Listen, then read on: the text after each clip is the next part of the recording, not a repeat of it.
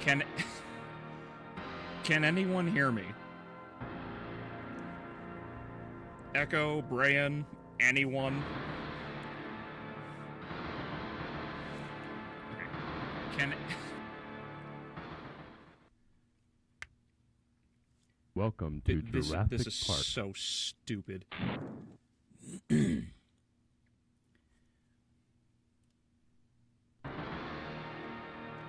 Can people hear me?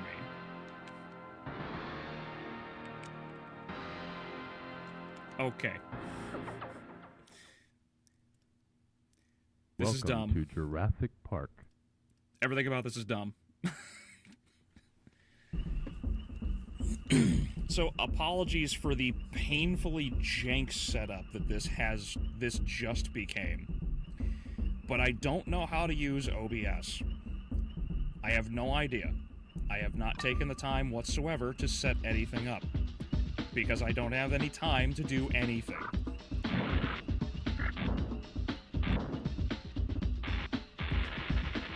Oh my. Alright. Let's do this. Let's pull this down.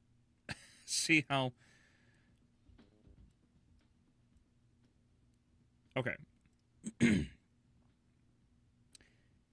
Can people hear the music?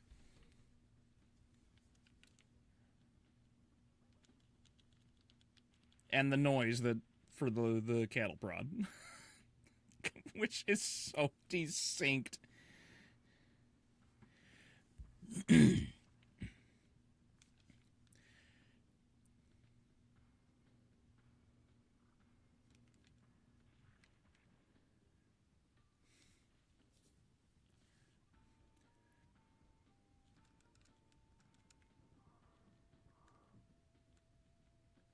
Not now?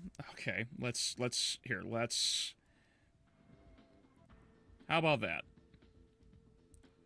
Can people hear the music now?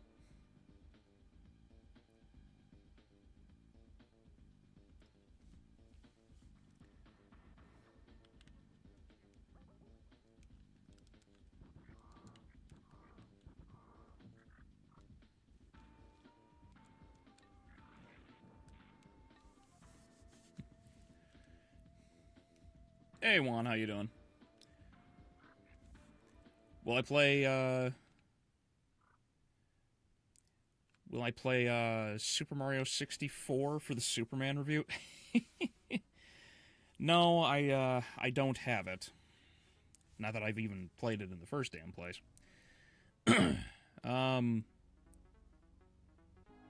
How about that? Can people hear the music now?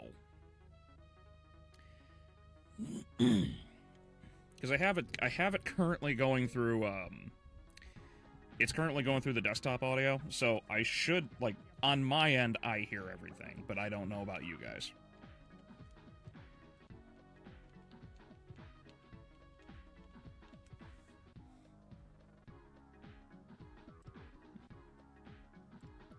Quiet, but yes? Okay. As long as it, how does it sound like in comparison to my voice? Because like I said, I have not at all set anything up for OBS.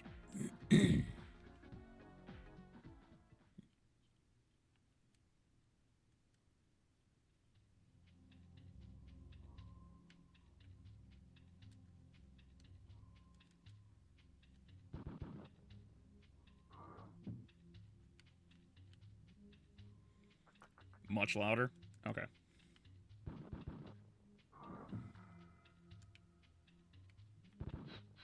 I fucking missed?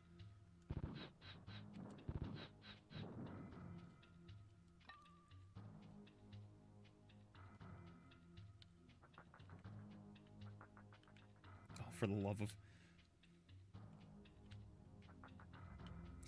Yeah, so... the reason why... So, the reason I'm doing this is because, yeah, XSplit decided to, like, boot me out So I don't have like authorization to stream through them right now, which I assume when you get a free moment after stream, you should sit down and connect OBS to YouTube. Oh, I gotcha. Yeah, so there is not I can't get through YouTube right now, or XSplit right now, because unfortunately, XSplit said, "Nah, you don't need to stream." So I assume because of their recent edit or their recent update, I am unable to do anything. So I'm currently because I don't have anything set up at all for I don't have anything set up whatsoever for OBS. So the reason I have the stream open on the right for chat is because as I found out right before I went live, there are no direct plugins for OBS. None. So I have no, like, I don't have a chat. So yeah, that's why that window is open right there on the right. So this is unfortunately like the jankiest thing I've probably ever had to set up for a live stream. But because yeah, they decided you can't do anything. So I just have to deal with this. So yeah, that's what's going on.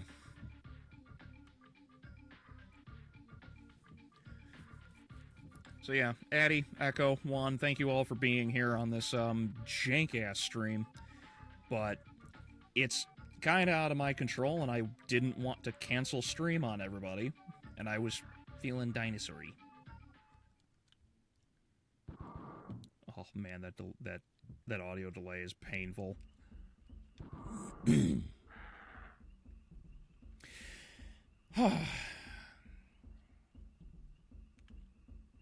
When you get a free moment after stream, you should sit down and try to reconnect with your inner ninja.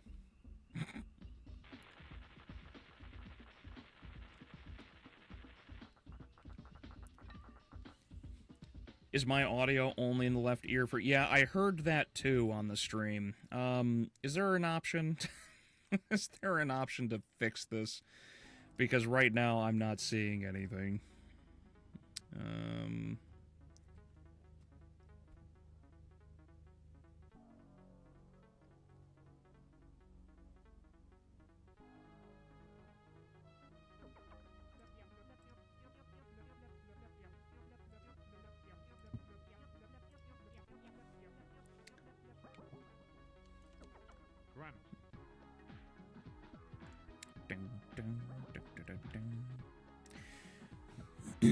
Like, specifically me? Yeah, the microphone I use is actually a mono. Is actually a mono microphone. It, like, I don't have, like, a stereo one.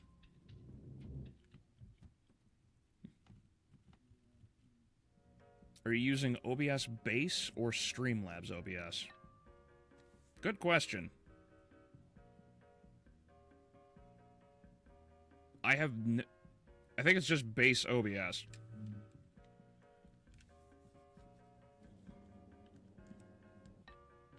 Ah, crap, I didn't mean to go.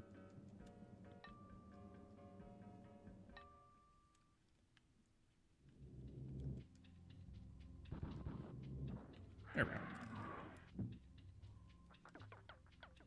Yeah, I'm pretty sure this is just base OBS because I haven't used Streamlabs in so long that I again, do not at all remember what to do with any of it.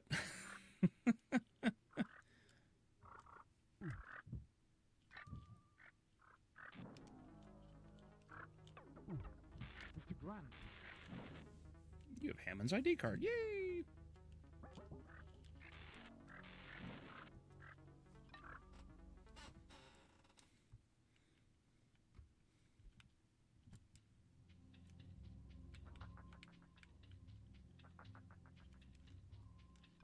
Oh yeah, like I said, it's I'm pretty sure it's base OBS one.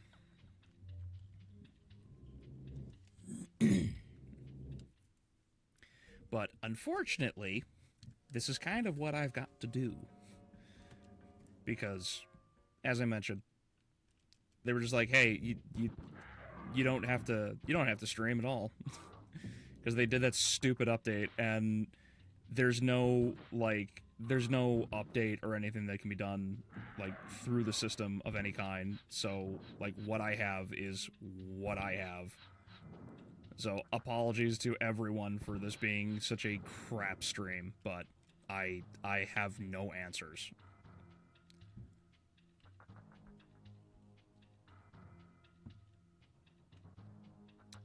And I don't even have the keycard I need. This is unfortunate. Crap.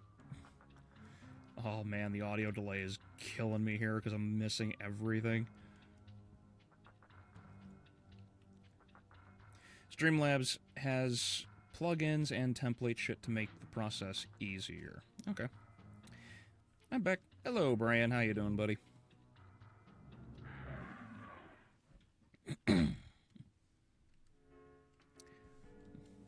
Forgot I needed to go and get Nedry's ID, and I don't remember where it is.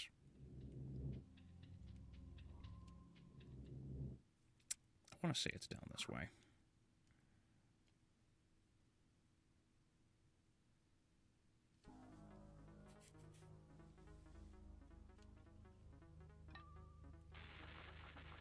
Jurassic Park Doom. So this is Jurassic Park for the Super Nintendo.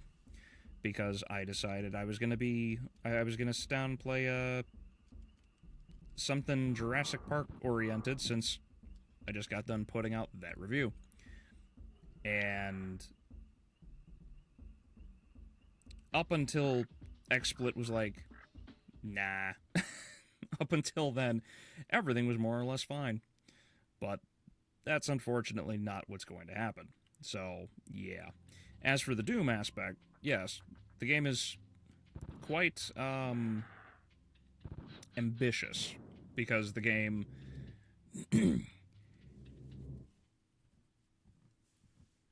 this game has these two modes of gameplay. So it's got like the mode 7 Doom, style gameplay here, and then it has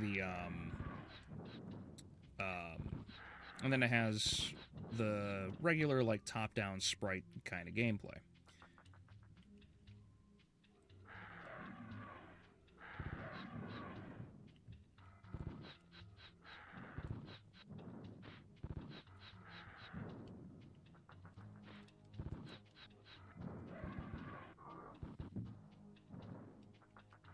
Just noticed it. Just noticed the delay with the, yeah.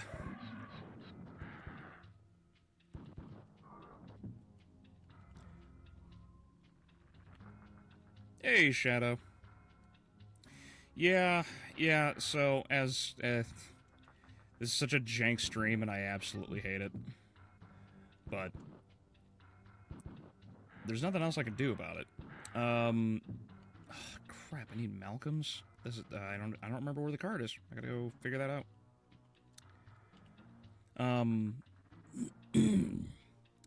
OBS is the only thing I can make work right now. Otherwise, I would have just canceled stream, but I wanted to be able to stream and talk Jurassic World Rebirth.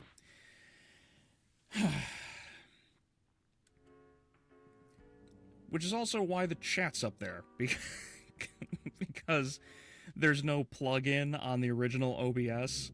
So, yeah, I just kind of, like, had to pull the stream chat and just plop the window down on the side. So...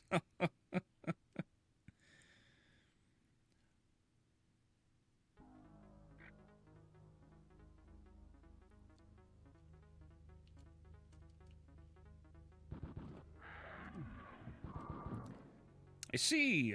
Anyway, a quick fix to the audio is to set your audio to mono. Okay, well, let's see here. Advanced properties. Alright. How does that sound to everyone now?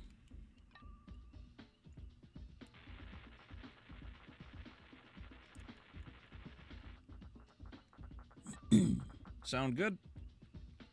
Sound better? Sound worse?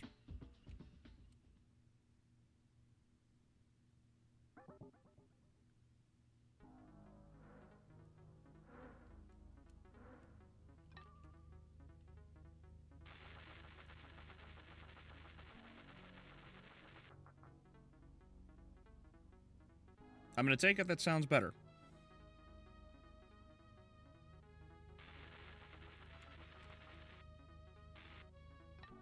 That's good. Glad that got solved. Thank you, Shadow.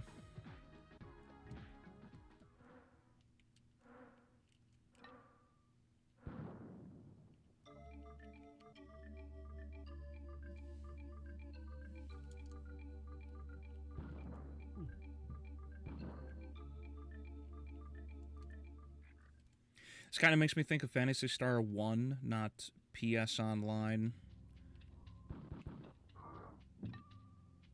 It had top-down RPG exploration and first-person moments of exploration. Cool.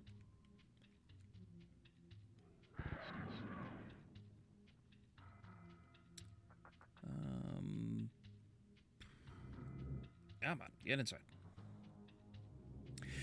If Jurassic Park is so good, why didn't they make a Jurassic Park 2 or 3 or 4 or... Oh, wait a minute. Yeah. It's unfortunate because... It's unfortunate because the... Like, there really isn't much in the way of a genuinely, like, good... in the way of a genuinely good, like, actual sequel, unfortunately. Like, Jurassic just does not have any good sequels. And the only reason in the review I posted that I was unsure about The Lost World is because I actually kind of favor The Lost World, but I haven't seen The Lost World in such a long time that I didn't want to just jump... I didn't want to make an assumption. But yeah, like every sequel after every sequel after the original is just like they're bad. Every one of them is bad. Which is really frustrating as a big Jurassic fan. Like this game, this cartridge, like not this cartridge in particular, my original's gone, but with this, I had Super Nintendo. I had both the Super Nintendo games, and I loved them. Oh, crap. I loved them. I enjoy them, despite all of their problems. And, there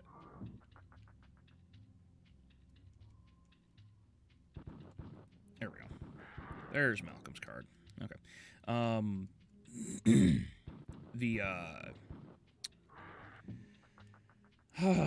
What was it?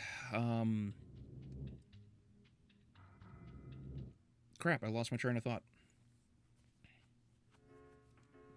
Oh well.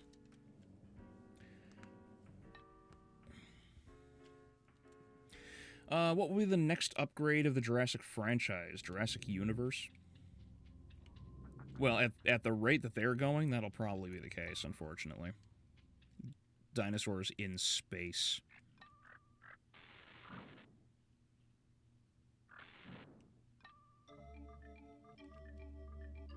Jurassic Solar System doesn't quite have a good ring to it.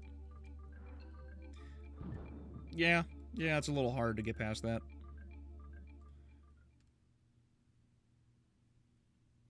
Hey, Eric, how you doing? Oh, you meant for chat. I got you, Shadow.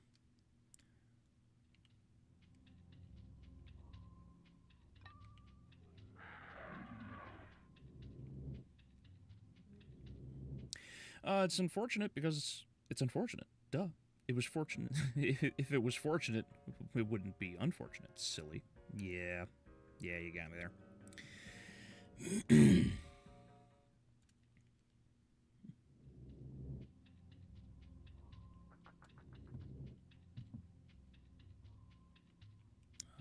Nope, not this way. Were there mutant dinosaurs in the previous two? Oh crap! That's right. That's right. I needed this to go down. Okay, that's my bad. I misremembered where to go. It's been a while since I played this.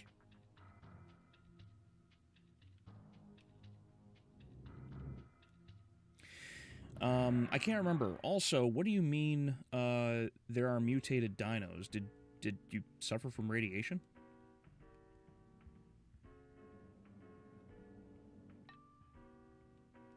No, in all of the all of the dinosaurs are mutants to some degree, but in Jurassic World you had, well, the Indominus in particular was like the first like true mutant, as it were. In Fallen Kingdom you got the Indoraptor. And Dominion gave us... oh, no. The Dominion didn't give us one. What we ended up getting in Rebirth, or Afterbirth, is like a more... what people would actually think of as is like a mutant, as in it's got deformities and all kinds of other problems. I mean... really, they are just hybrids. Like, that really is just what it comes down to. But they are, like, actual mutants in their description, in how they operate and how they, what they are.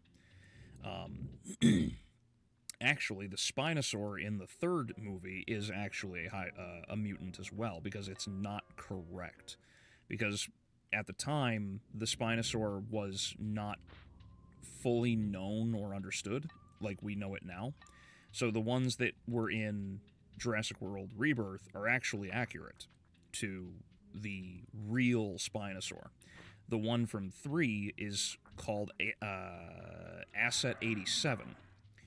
And because it's it's a way for them to actually like disregard it as a mutant that's like a failed hybrid or asset.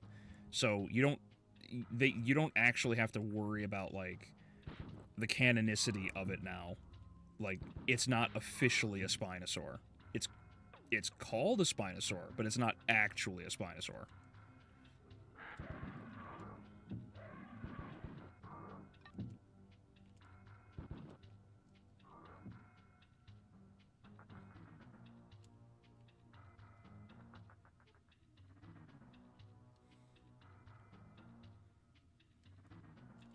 Also, the Mutodon and D-Rex are just ridiculous things. Like the D-Rex, as I mentioned in the review, if anyone had seen it, the D-Rex does the same thing that the Mosasaur did a lot, which is it magically changes size between shots. It's really stupid. They screwed that whole movie up so badly. And there was actually, like, I didn't realize it until after I made the, after I finished the video. There's actually a better, there is a better angle to use for the size comparison of the D-Rex, like, when it's, first walking up to Duncan. Because when, in the video, for anyone who's seen it, there's I put in a better size comparison because there's a still image of the D-Rex holding, like, because it catches the chopper midair, which is ridiculous. But it catches that, and then its mouth is able to fit around the near entirety of the cockpit of the helicopter. But when it goes to eat, like, Martin, the guy I called Simp throughout the whole video, for some reason, it Can barely do it. Like, it's like half of him fits in the... Oh, damn it. Oh, damn it. That's unfortunate.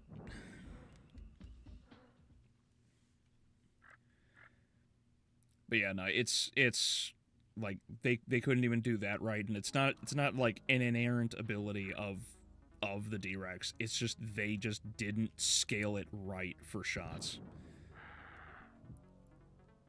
The Mutodon is an actual, like, mutant. They actually put it in the name.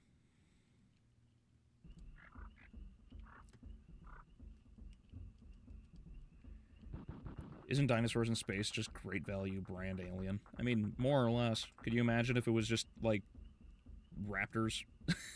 Raptors in space with spacesuits and everything again?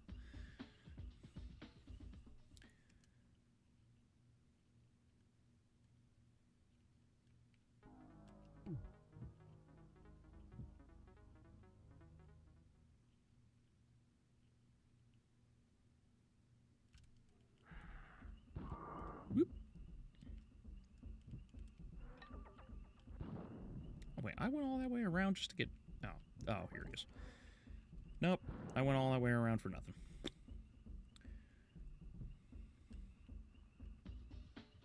Sorry, I meant to say, did they suffer from mutations? I mean, technically, yes.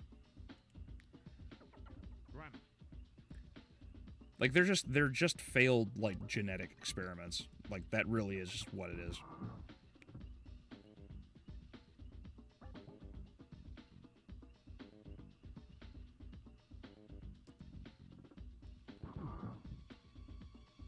Gosh, this delay is rough.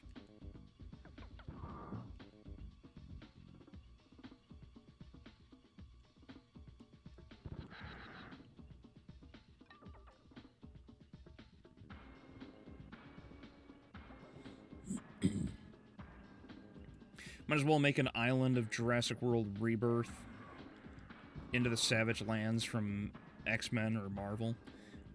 It would probably be a better, overall Jurassic story, I agree.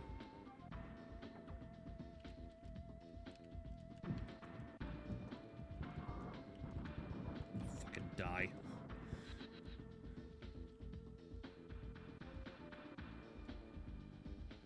Whoop.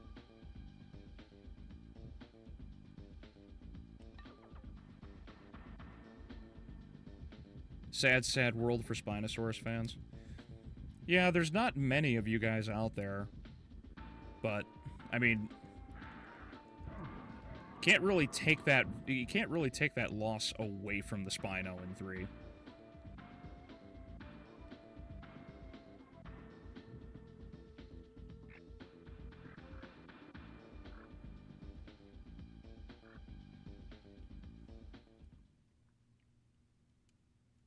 T-Rex fans hog all the glory. Well, to be fair, the Rex is overplayed as hell.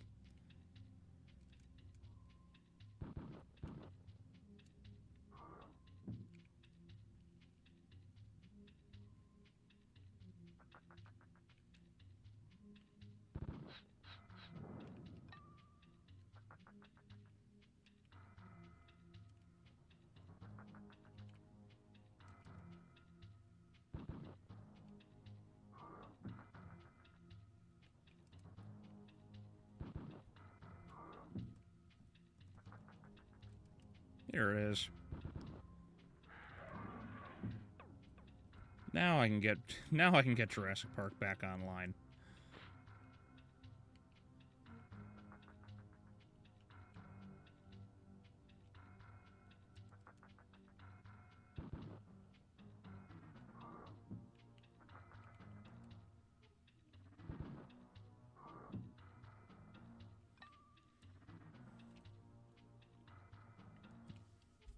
Is it just me, or does this game feel like everything is made out of clay? Well, I don't know if I would agree to clay and how it feels. However, it is certainly one of the more interesting sprite works of the time. The second game actually, I think, looks much better. Although I do think this game has some amount of charm to it.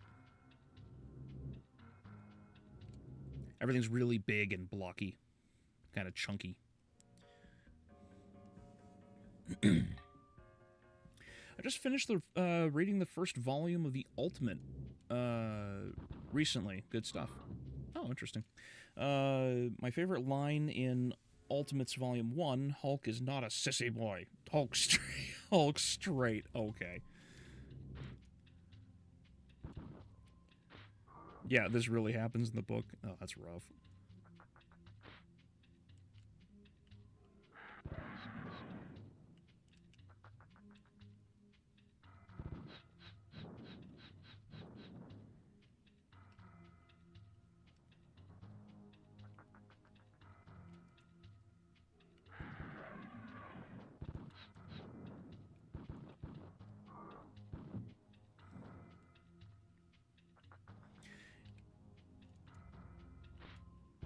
Go.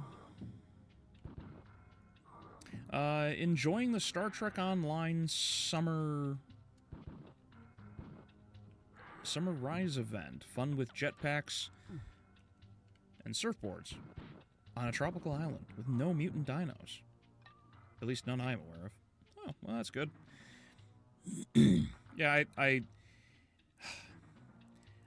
wish Jurassic would just end at this point. Like, for as much as I love this franchise, and I do adore this franchise, I really, really wish it would just die.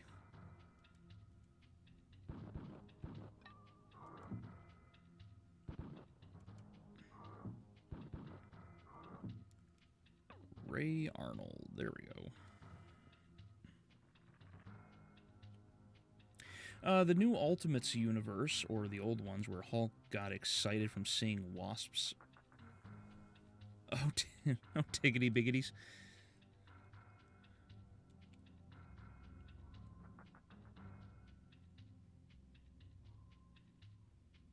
I love how funky the soundtrack is. Yeah, the soundtrack for both of these games is stellar.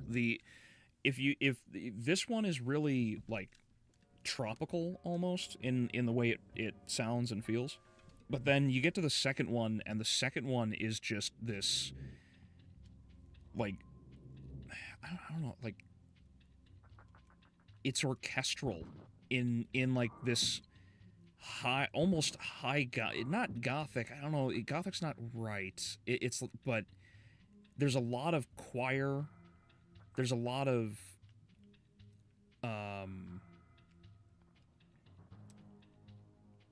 it's not like gospel-y either, but man, it like there is some the sequel's music is so good. And it has some interesting, like, sort of music in this manner, like the blockade theme, for example. But yeah, it's a lot more like it's a lot bigger. It's I don't know, like, another way to describe it. It sounds almost gothic.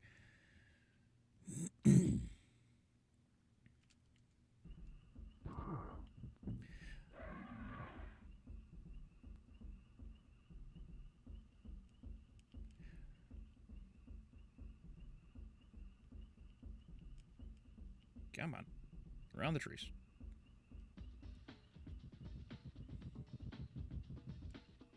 I'm not a Spino fan. I was referencing that new interpretation for IRL Spino that had it look like a fat sausage that swims. I gotcha.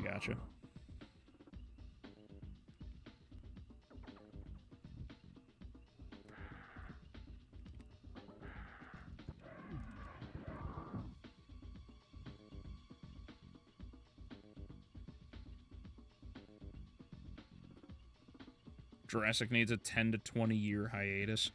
I could not agree more. Like,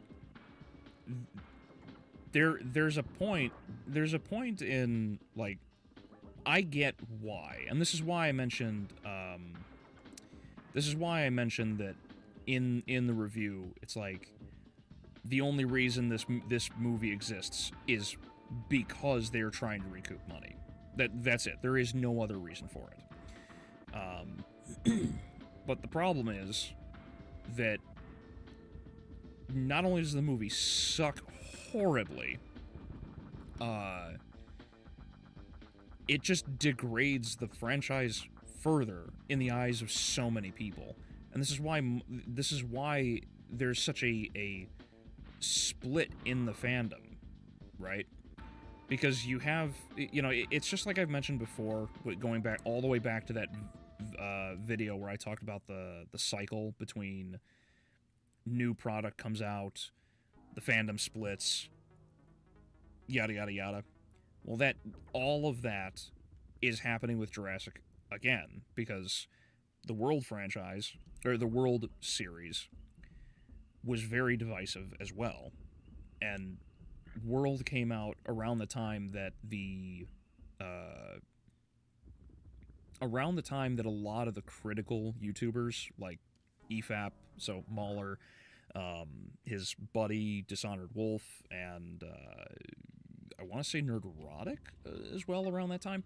It's like all of these guys basically started their careers around that time, because this was obviously also Star Wars, because Star Wars came back too.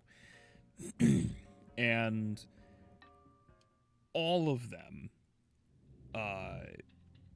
pointed out the flaws, and then people started to pay attention more, and that's where Jurassic World really got a big, really got a heavy amount of backlash from people. And because that's the, more or less the beginning of the critical view of things, this is where an awful lot of people, very much wanted to, oh, for the love of... Oh, yeah, that's right. I gotta do that. This is where a lot of people started to shift over. And as they were criticizing, there was a lot of division that came up. And so a lot of people either really like the World Series simply because they can, or they like it because they either like it because they've set their bar so low that they're not really thinking or critiquing anything whatsoever, which I understand why they're doing so. Or they're like the only other people like on the critical side of things that actually enjoy these movies, like myself. Like, for as much as I shit on these movies, I do enjoy them just because they're Jurassic films. But beyond that, they're still terrible. And most people, like, rightfully are just trashing them because they are that bad.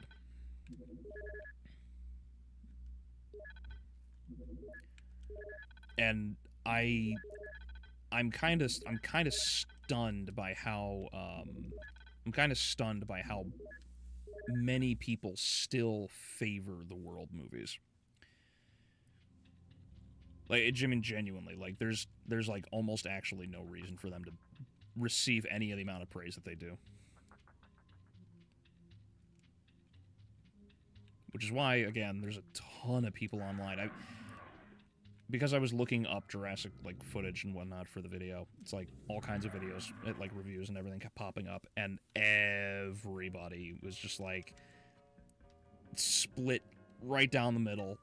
It's like you're either really in favor of it or you're really against it. There doesn't seem to be much in the way of a middle ground.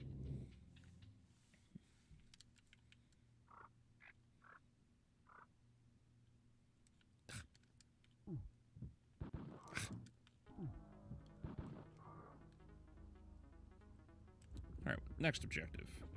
Grant. I have Muldoon's card.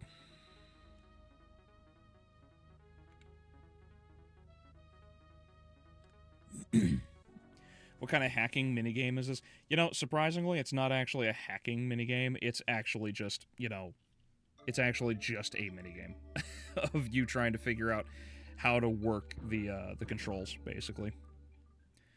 The game is really contrived in many ways because you don't like it's like negative. I don't know, like. Is it contrived? Is contrived the right word? I don't know if contrived is the right word. There's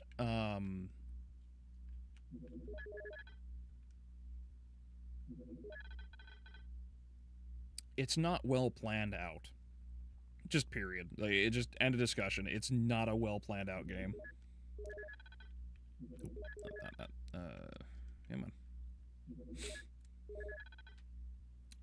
Hey, Christopher, how you doing? For security. Denied. Okay. Well, then, just gotta get through the rest of this then. I remember watching AVGN review for this game. Yeah, didn't he tear it apart? I feel like he tore it apart. I have such a soft spot for this game, but that doesn't change the fact that this game is trash.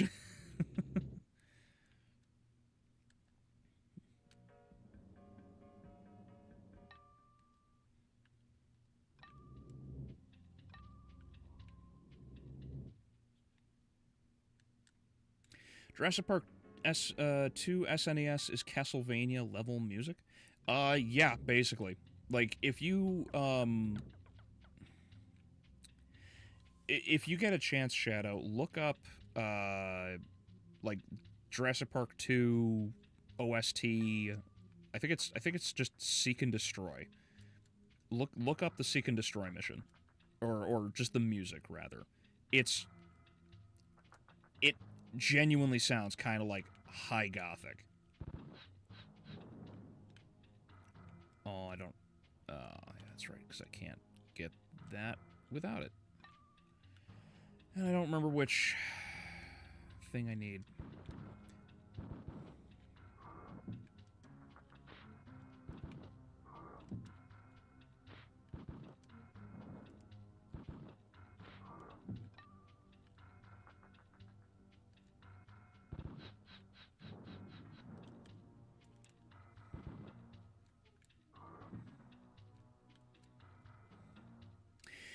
In the NES version, Alan Grant looked eerily similar to Smokey the Bear, which I thought was kind of funny. Smokey the Bear? Really? You think?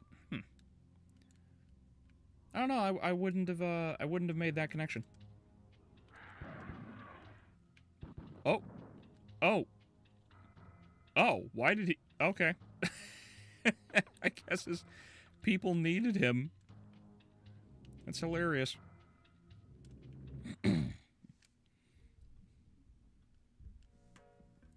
What are you hoping to see and expect to happen in the Fantastic Four 2025 with Pedro Pascal?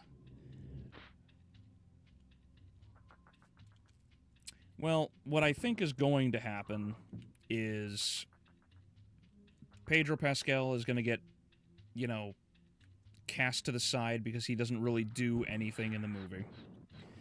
I think Reed Richards is going to be more of a... I think he's going to be more of a plot device, something that moves the story forward. I don't imagine he's going to do much in the way of... I don't think he's going to do much in the way of actual action or problem solving or anything of the nature. I think what's going to happen is he's going to be kind of bummed out. He's probably going to get helped out a lot. Oh, there's Muldoon's card. Good.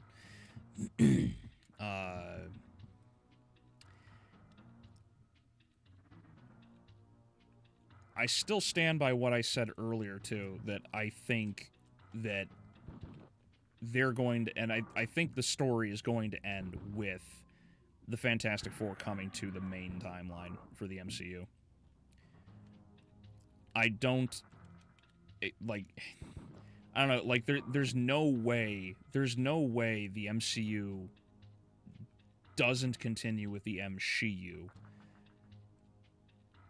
Like, they've given us no reason to think that they haven't. You know? But that's just me. I think it's basically going to be exactly as I've predicted so far.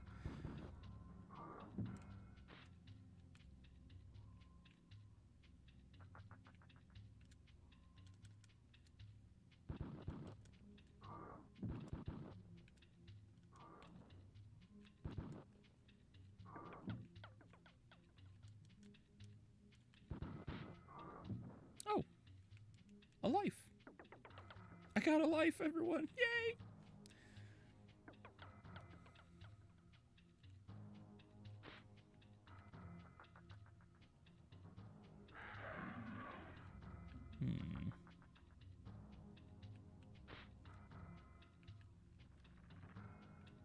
Oh, yeah, that's right. I went that way. Oh, okay.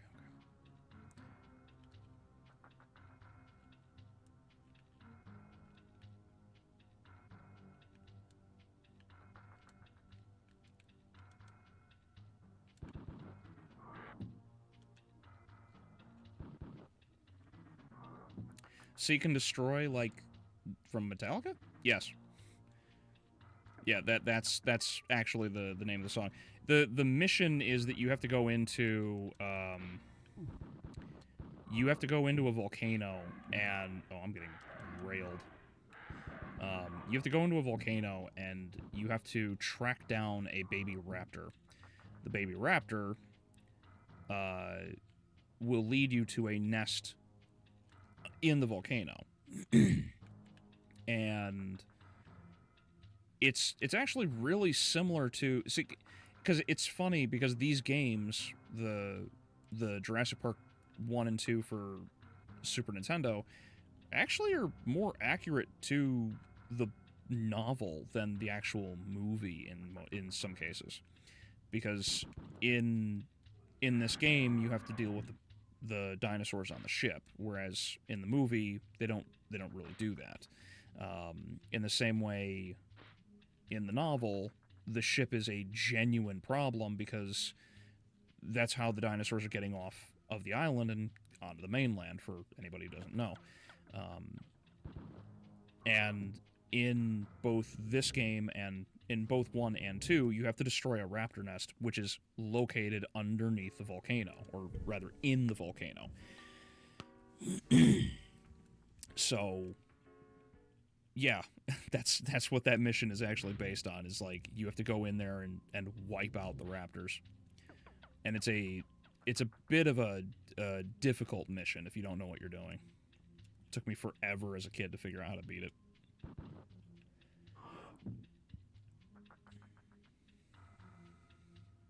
AVGN did point out that he looks like Smokey the Bear, so it's not just me. Okay. Okay. I wouldn't have got... I did not get that impression myself, but that's fine.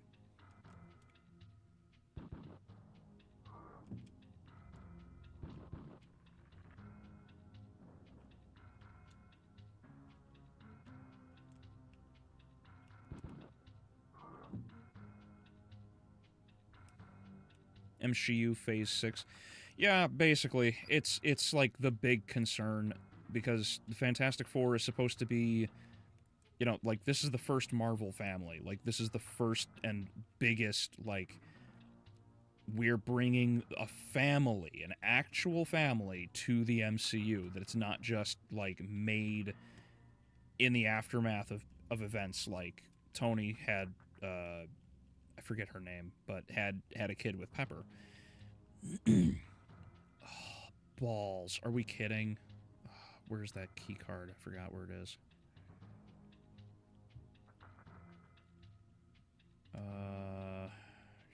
Shoot.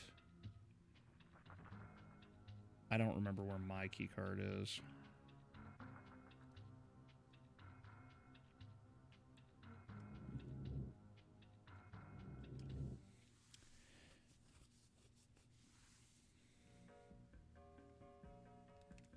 Not sure how well Superman is doing right now, but hopefully it bounces back. I have no idea what the marketing team was thinking about pulling a Rachel Zegler at the last minute. I don't really know exactly what's going on. All I know is that it's supposedly like somebody decided to say something about the story being about immigration. That's all I really know.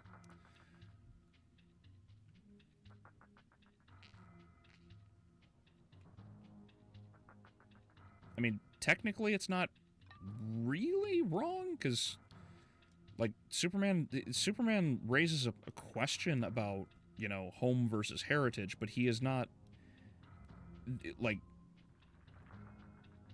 that's really about it, you know? Like there's not really much more that you dive into, because if the question to ask about home versus heritage with Superman comes up, the question to like the answer really is like it is actually assimilation,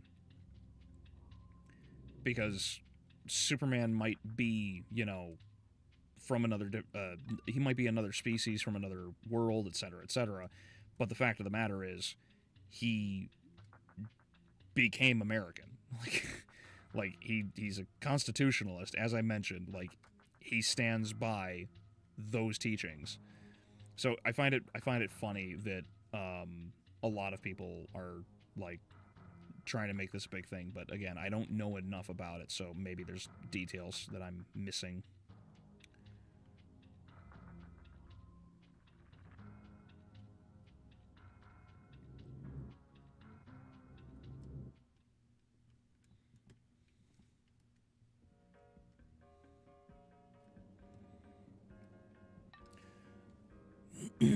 The novel is dark, and I kind of wish it was adapted in an animated series, film, or game. I if there was ever something that they did with Jurassic, the one thing for them to do would be to reboot the franchise from the position of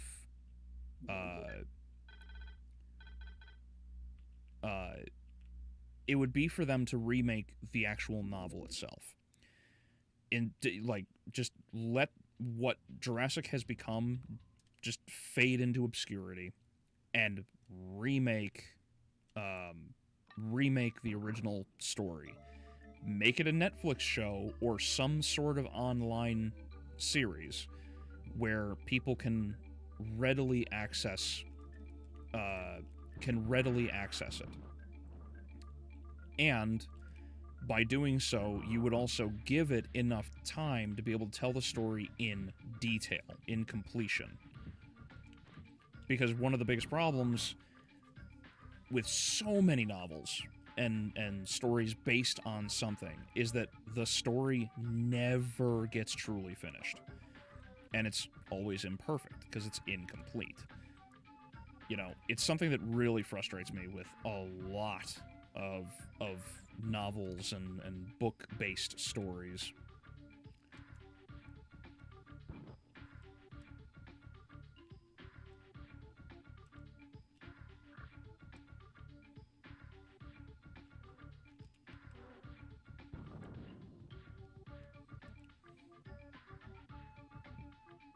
Hey, Adrian, how you doing?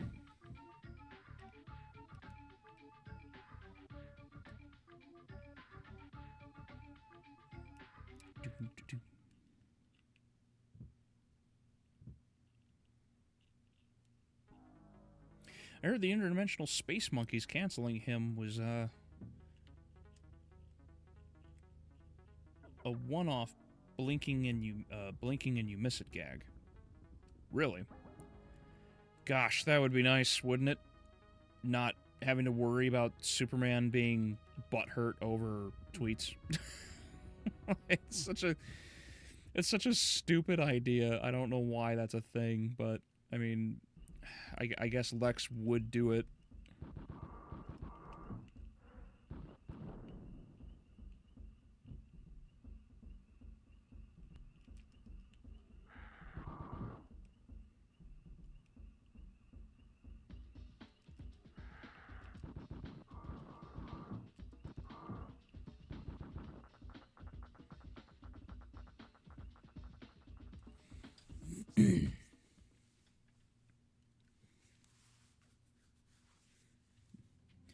Just finished watching the review. Oh, cool. Thank you.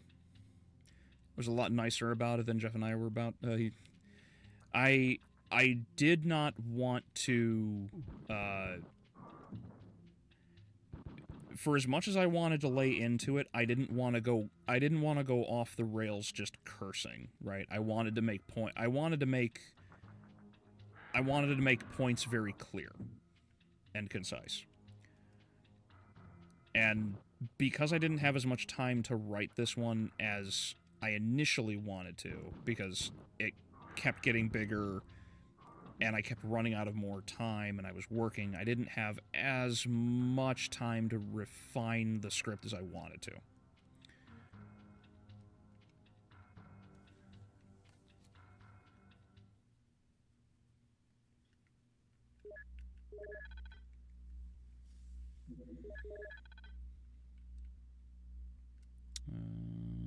Nope, not video versions.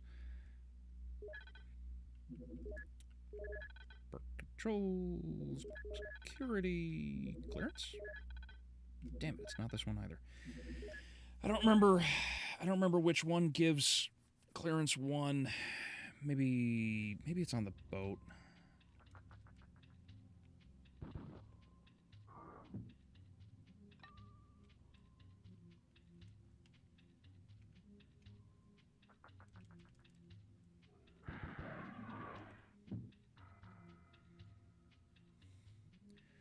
No matter where Superman is from, he's still a farm boy from Kansas.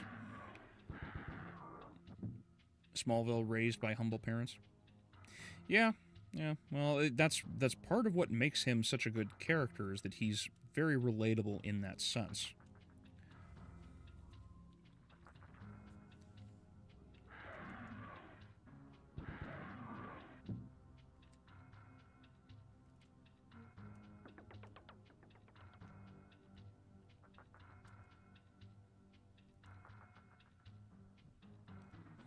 Novel is even more Prometheus, even more modern Prometheus. I do love the novel. The novel is very well written. And I think it adds to my point that I made earlier in that video of, I think more and more, I think it really comes down to the simple fact that Michael Crichton absolutely carried the script for the original Jurassic Park. Because I went through and checked the filmography for David Koepp, and I thought, man, only one guy wrote this. How did David Koepp, like the guy who wrote Jurassic, screw this up as bad as he did? And then I kept thinking, like, wait a minute, what else did he write? And then I got around to it was like The Lost World and a couple other movies and whatnot. And so I decided, you know, I'm just gonna look up the rest of his filmography and just double check. No, the rest of his filmography is like actual crap. It's like, oh well, he wrote Panic Room. Panic Room was good. It's like, yeah, he also wrote Secret Window. Oh, but he wrote Jurassic Park, Spider-Man. It's like, yeah, he also wrote, what was it? Hold on, I want to look this up real quick.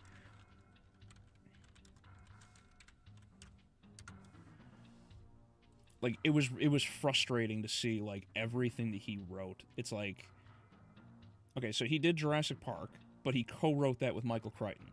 He also gave us The Shadow in '94. He also gave us Mission Impossible, and the first one's not particularly good.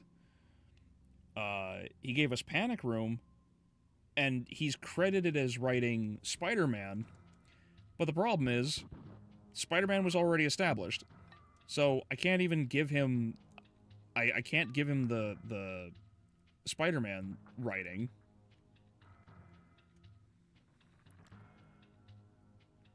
He also gave us War of the Worlds from 2005. He gave us Indiana Jones and the Crystal Skull, which he co-wrote with George Lucas and Jeff Nathanson.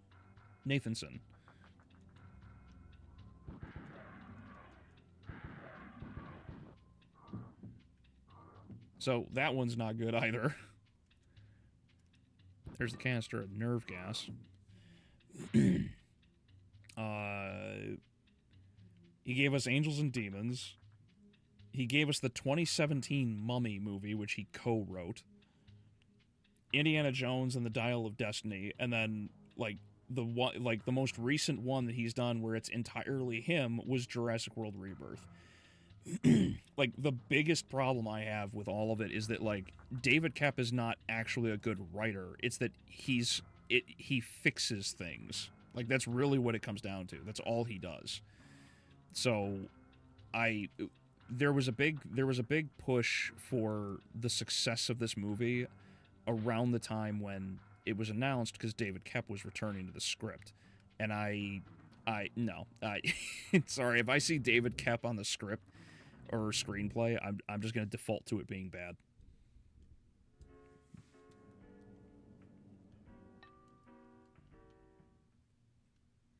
I noticed it looked different until I realized it was in the Sega Genesis version I was playing long ago. Yeah, I don't have the Genesis version of the game. Okay, so Grant's thing is not here. Where is... I think it's in the visitor center.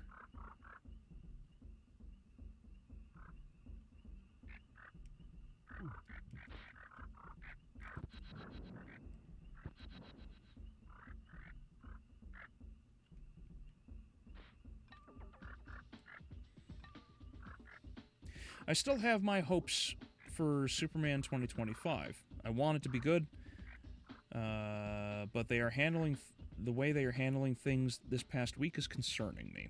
I totally understand. I'm worried.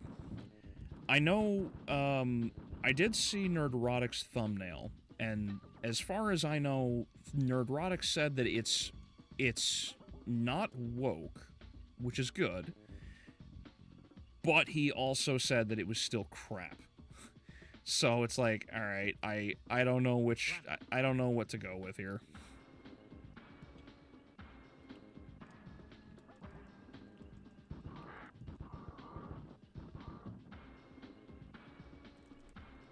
Whew, that was close. Is this all this little area is? I forget. I could have sworn there was a raptor thing back here somewhere. Must be wrong.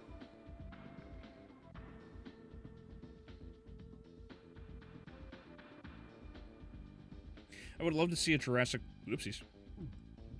Would love to see a Jurassic Park novel indie animation adaptation go up against Has-Been Hotel.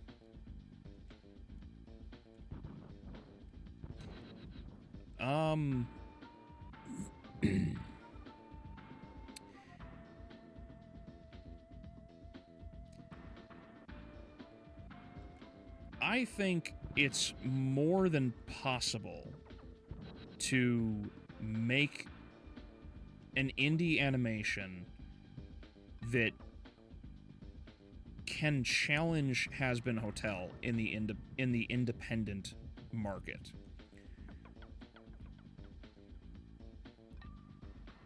Because even on the animation level, Has-Been Hotel does a couple things wrong. First off, logistically, that whole series is a nightmare. There is no sense of where characters are standing, where characters are moving, where extra bodies come from when they're just doing their killing sprees, etc. And second, every single character looks the exact same. They all have really big feet, super tiny. They all look like Robotnik. That's what they look like. That's every one of the characters from that show. So I don't think it would actually be difficult at all to, in any way, challenge Has-Been Hotel. It's just a matter of, can a team be put together to do so?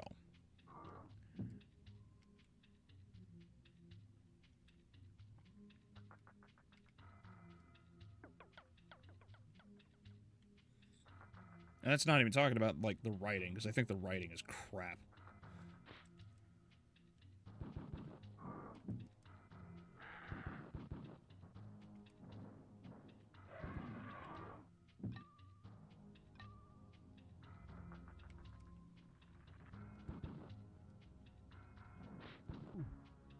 Did I just walk through that Dilophosaur? I did. Huh.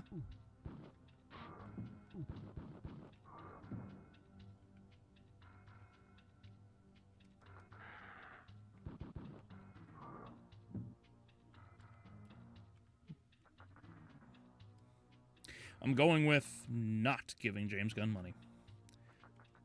Totally understood. I don't know, like, I'm not... Oh, I don't think I have the night vision yet. I haven't made time to go and see it.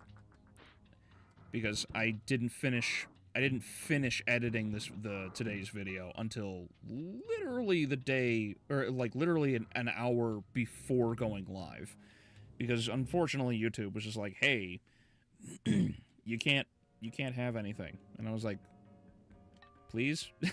And they said no. So yeah, that's why that didn't come out until so much later in the day here.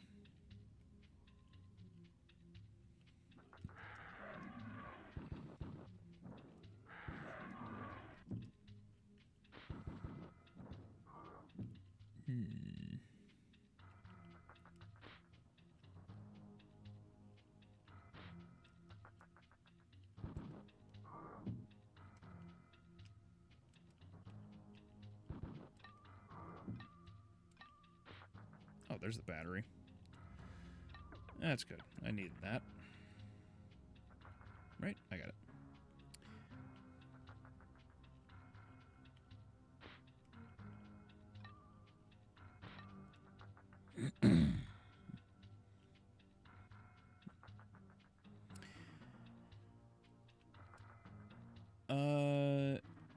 By the way, Albeleo, did you see the news about a bit about YouTube not paying for AI?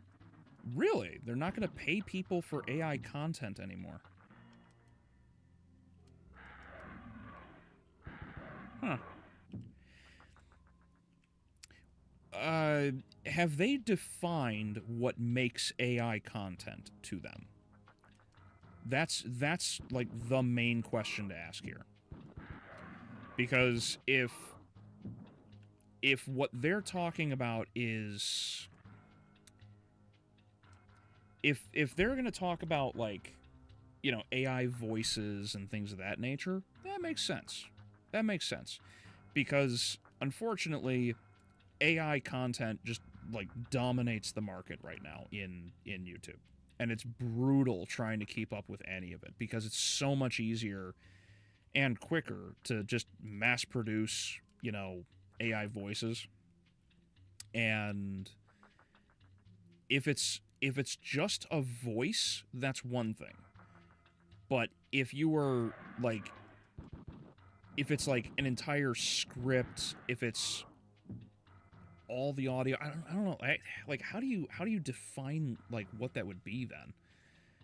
Because now that I think about it, like, wouldn't you be in trouble? Like, wouldn't you be in trouble for that?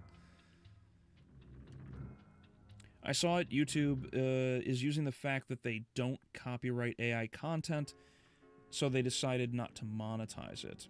I mean, if a person scripted the content, is it really AI? Yeah, but that's the question that has to be answered, though, because if I make a script for AI to read, but, you know, I end up, oh, there's my ID. Okay. If I end up making a script, and I have an AI voice go over it, I could understand people wanting to give that a slide.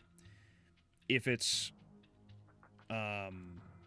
anything more than that, I don't know how you define that as, you know, like, I don't know how else you define that. Like, how do you go through and you determine what is or is not AI content? Like, how do you determine that the script was written by AI?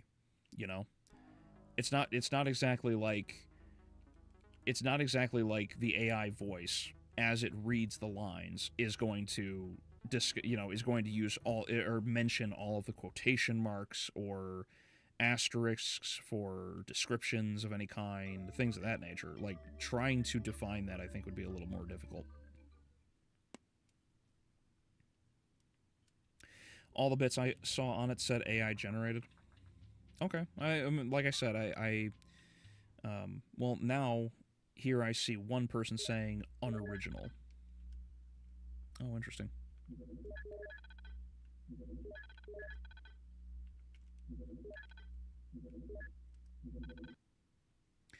Well, like I said, if it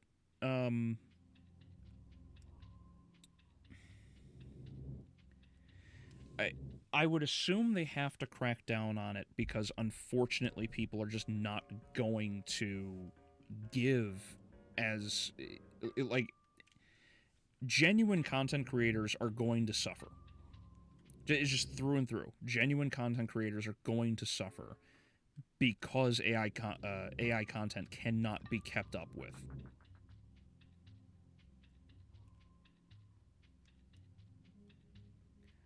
And I would imagine because of the mass production of AI content, I wonder if YouTube has been going through another like phase where they're hemorrhaging money.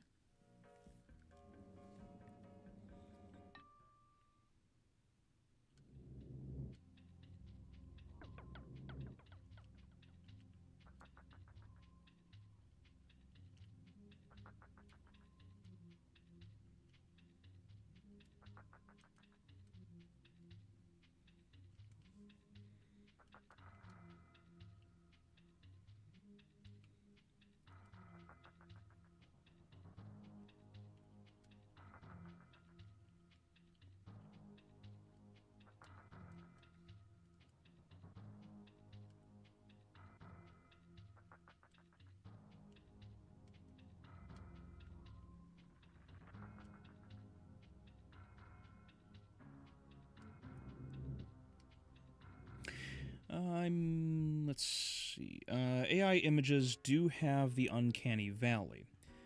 I mean, if something was incorrect, then that could easily be handled with other inaccurate content.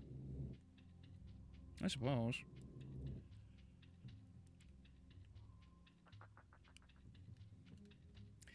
Clarifying the updates.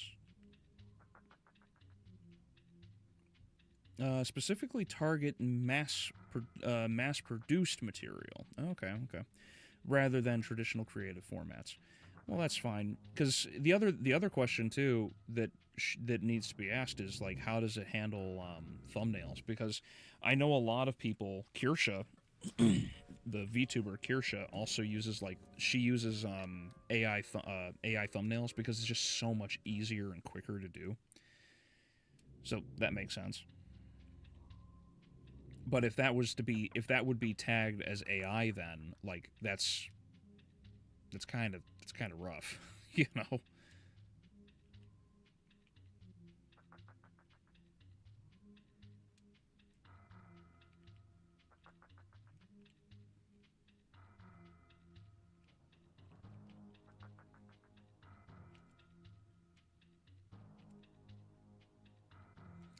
YT has always been a net loss for Google as the parent company. Google keeps YT for the public outreach and advertising reach that comes with it as a platform. Really? It's always been in the red? Or black, for that matter? Red or black? If that be the case, then why even keep YouTube around if they're hemorrhaging that kind of money? I mean, outside of like political bias and, you know, reasons and whatnot.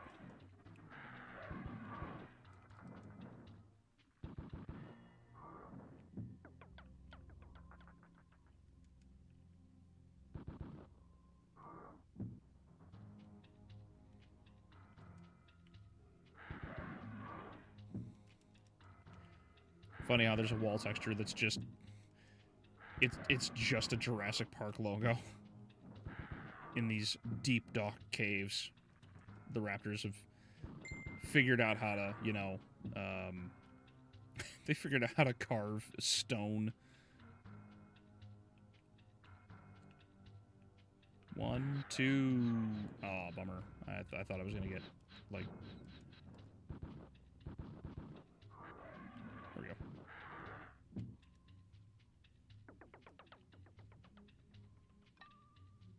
I don't even remember where Ellie's thing is, now that I think about it. I think it might be in... It's either in the ship or it's in the visitor center. Like a section where I didn't get to. So I also have to get... I think I have to try and get a hold of Dr. Wu's card as well.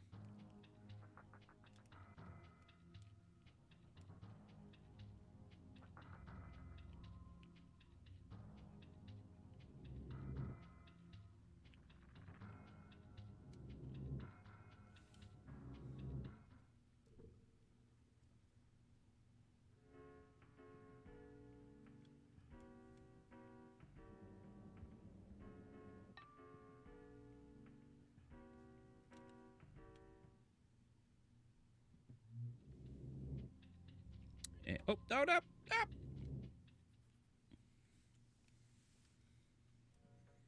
Do do do do do do do do do do do do.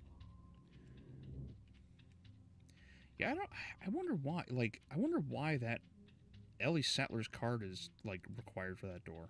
That one doesn't make any sense.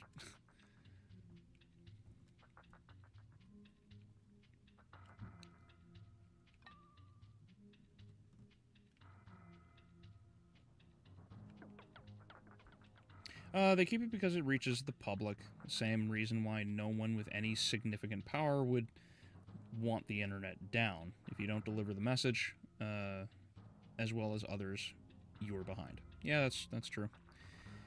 That's why I mentioned, like, because of politics, basically.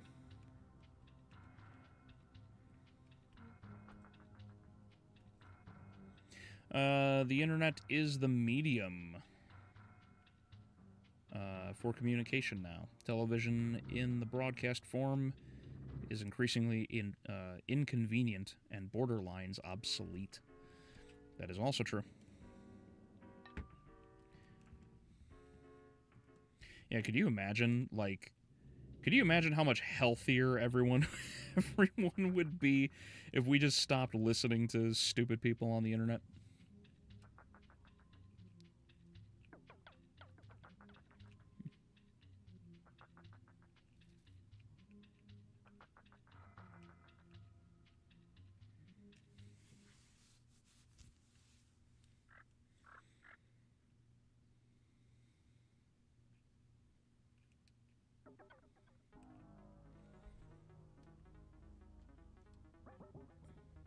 Clear the ship of dinosaurs. All right. Know what I'm doing. Do.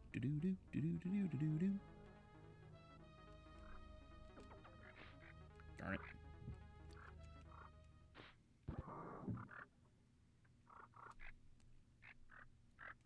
Ah! These compies are everywhere.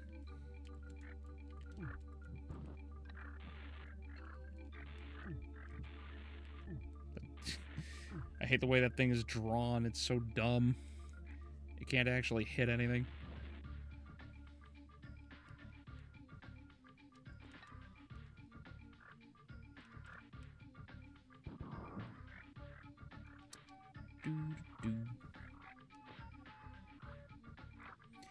I can imagine quite a bit. Took a trip to Arnold's Family Fun Center today for the birthday of the firstborn. Oh, nice.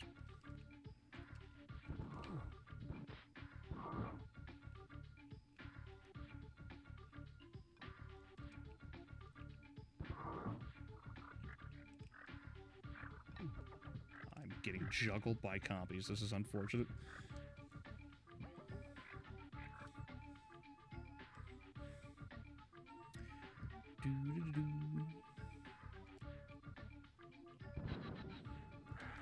Jurassic Park top-down?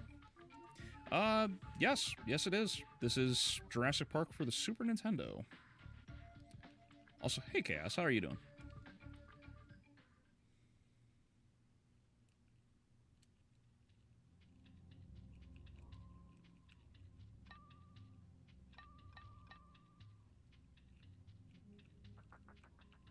It looks like an old arcade game.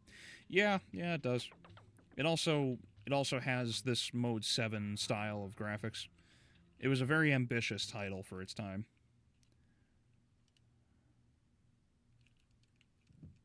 Ah, balls. That's okay. I should be like right here.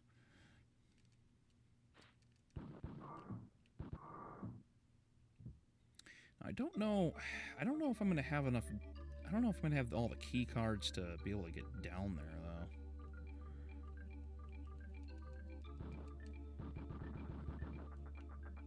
Whee!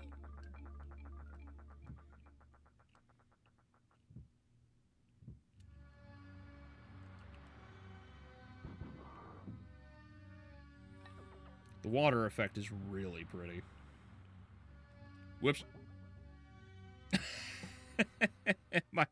my bad. I didn't mean to Belmont myself. I fat fingered the bee.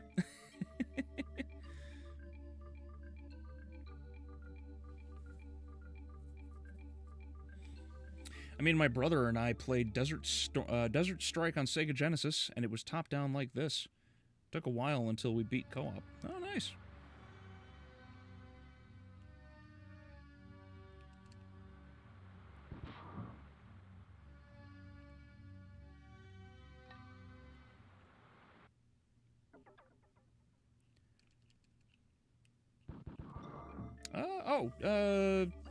Johnny Boy. What's up, bro? I really enjoyed the last video. Keep up the good work. Oh, thank you. Thank you. I'm glad you enjoyed. Apologies for the if you stay for the stream. I don't blame you if you bail. Apologies for this like being an incredibly jank setup. This is not normally how it is, but unfortunately, this is just kind of what I got right now. Until I figure out what the hell's going on with XSplit.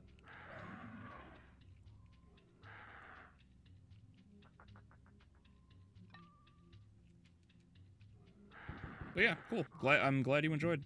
If you have any thoughts about anything, be my guest, share them out.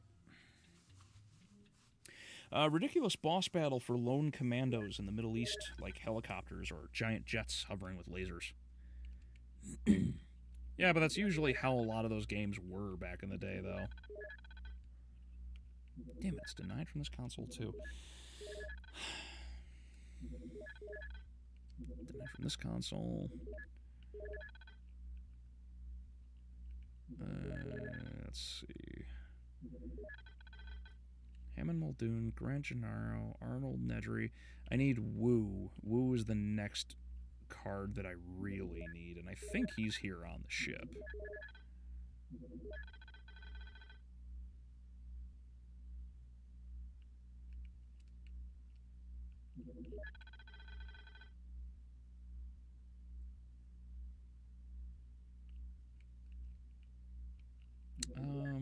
Yeah, I think that's kind of I think that's all I can do here. I just have to kill shit on the ship. All right, well, that's no big deal. Oh, wait a minute. Wait. No. He said stop. He said the animals on the ship. Right? No, crap. I'm not even supposed to be here on the ship yet, I think. Balls.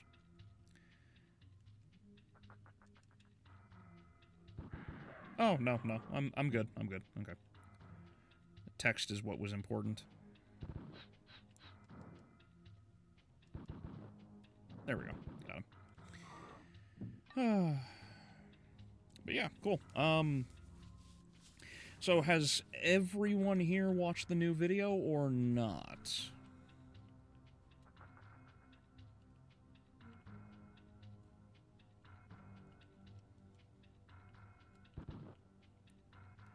And if you have, what did you think about that opening? Because, oh boy, I did not think they were going to do that with a Jurassic movie.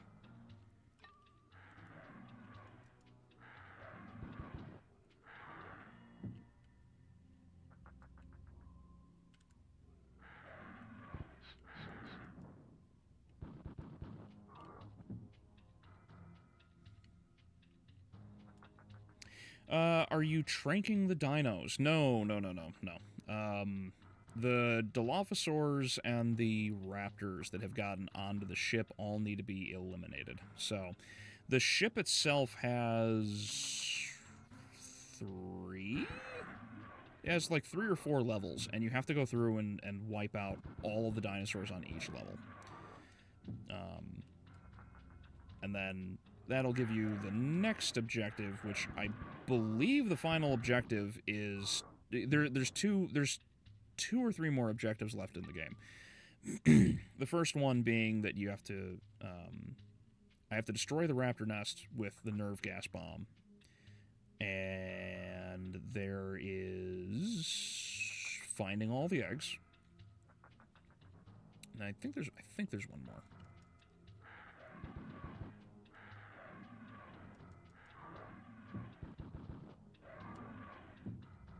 There's 3 dinos left. That's good.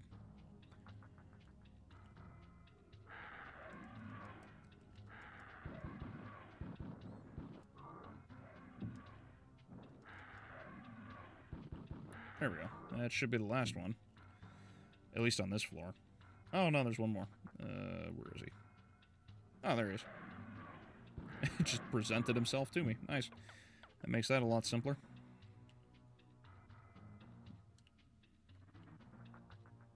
I have? Oh, that's good. I did about an hour ago. I enjoyed the video, and the rapper bit in the movie is peak modern writing. Yeah, it's... I do not usually use like actual footage from a movie that's in theaters at the time because I don't want to. I like to keep it to, you know, whatever clean quality audio or video I can get a hold of. And this was so ridiculously stupid that no, sorry. Like, you don't get to claim that a candy bar wrapper, a Snickers wrapper, by the way, is able to somehow stop the track of a giant security door like this. Like, it's ridiculous. So somehow that happens, and then, as I showed in the review, it says rebooting. It says reboot because the entire security system shuts off.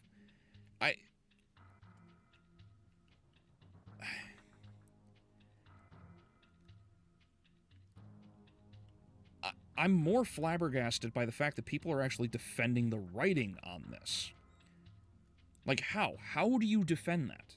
How do you defend that? How do you defend like, could you imagine if somebody, like, could you imagine if, like, the cave troll in Lord of the Rings was actually allergic to, like, linen or wool? Could you imagine if that were the case?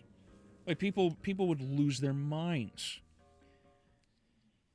And yet they decided, hey, let's make something incredibly retarded here, but go with it. And they actually did. And I'm stunned by the fact that they did.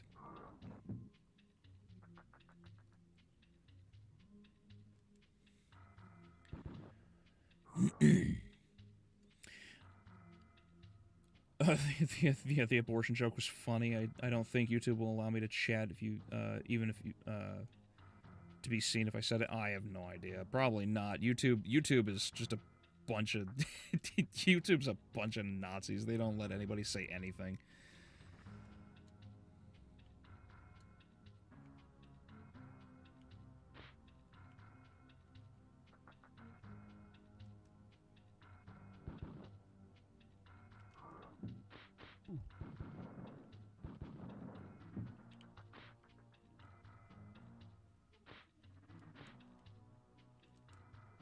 Oh, I think that's It's either woos or sattlers.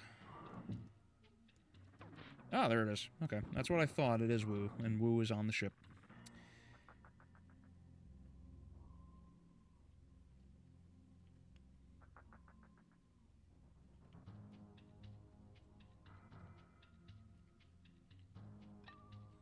Now, with woos, I should also be able to get at further access into the visitor center. Only watched the first 5 minutes, but from what I've seen, it is beyond ridiculous. Oh, man, Shadow, when you sit down to actually watch the rest of that review, bro, you're gonna be like, what the hell? Like, they actually, like, passed this script. Oh, wait, I think this is the one I needed.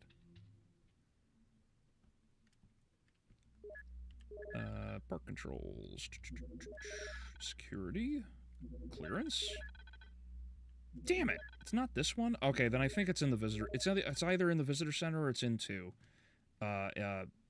Region 2. It's in one of the two. I just don't remember where it is exactly.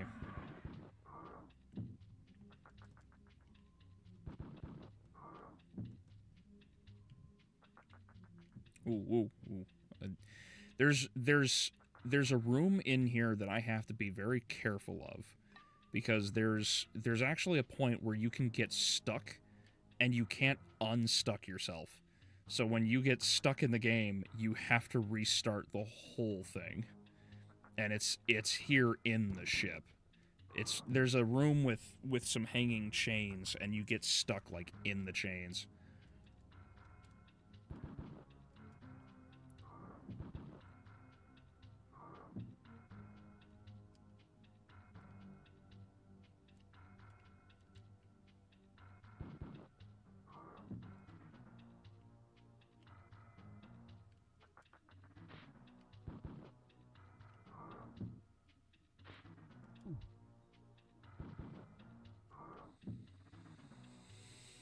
Also, I have to see it for myself. I need to full visual proof of that wrapper. There's no way it happens. Brian, that clip I showed in the video was the wrapper on the floor getting sucked into the room. Like, I know it's hard to believe, man, but yeah, they actually did that. Because, again, I will stand by the point. I do not believe that David Koepp is a good writer. I think he's overrated. I think he only comes in to fill in patches and write more of the script for a screenplay than anything else. And his entire career has basically been right place, right time. That's it. You couldn't convince me otherwise that this guy knows what he's doing. You couldn't. You know, it's like, what was that movie? I don't know if anyone else remembers the movie I'm talking about. There was a movie, it came out shortly after Avatar, way back in like 2009 or 2010. And their big like selling point for the movie was, this movie was made with the very same cameras that were used to film Avatar. And that was their selling point. That's what they tried to get everybody on. Nobody believed them. Nobody cared, because it was all about the quality of the movie. And at the time, people were like, yeah, no, this movie's not good. And it's basically the same thing here with David Koepp. I do not care for a name attached to a project. I care for the actual final product. And in this case, Koepp is overrated. There's nothing else to say about it. I don't know how you take a script, bloat it fill it with so much bloat, slow down the pace to the point that a simple 2-hour Jurassic movie feels like it takes forever, and then somehow continue to repeat the same mistakes that other Jurassic movies did, like world, because they were like, hey, here's 2 kids so that you can, feel for them, because, hey, like, their parents are going to divorce, and that's not a good thing. And then you get to this one, and it's like, hey, how do we increase the body count? Oh, well, we're going to force a family into the story as inorganically as possible. All right, well, does the family do anything else? No, they all have perfect plot armor. They will never be harmed. Okay, great. Then what's even the point? That's what they did. It's terrible. I hate it. Everything about this script is just atrocious. People defend this. That's the thing that shocks me the most.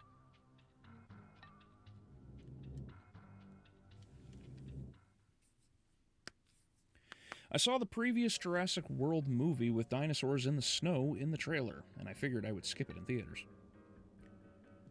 Dishonored Wolf. Why in the blazing hot fuck was this movie ever made? Yeah, no. Wolf had a way with words.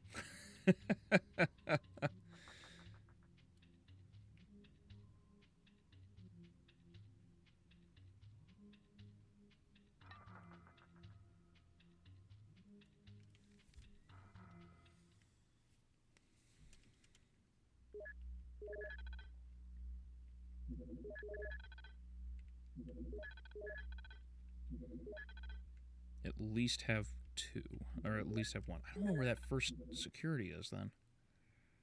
I gotta figure that out real quick.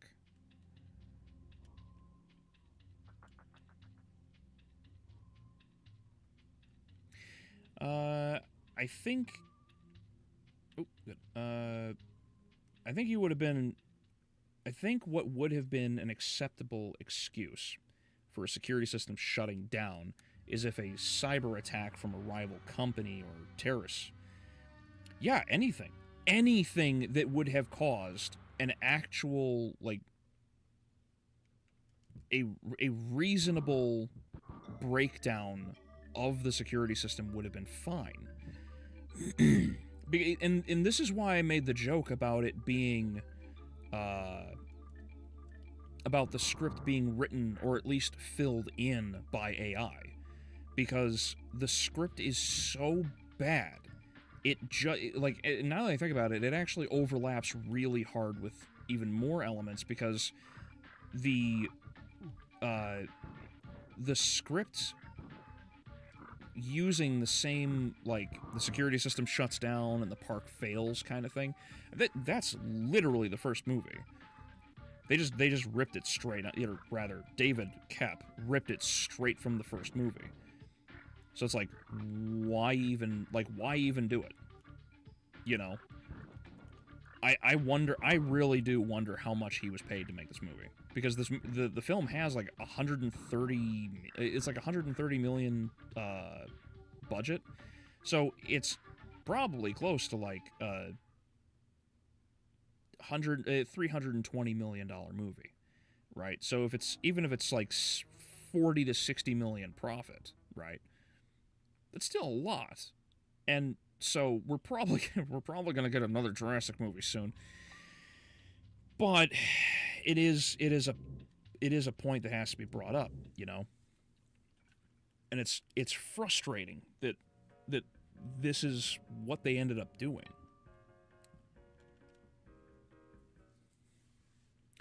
At least the boy got an electric shock in the first Jurassic Park movie. Yeah, well that's why I made that point too. It's like every character in the original movie, with the exception of Hammond, basically got injured. Like, all of them got hurt on some significant level, and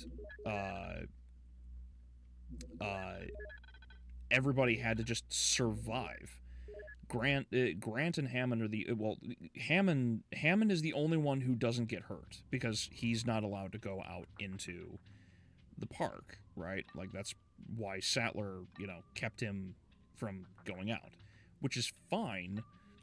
Granted, there's a little bit of politicking there, which is really stupid, but ignoring that,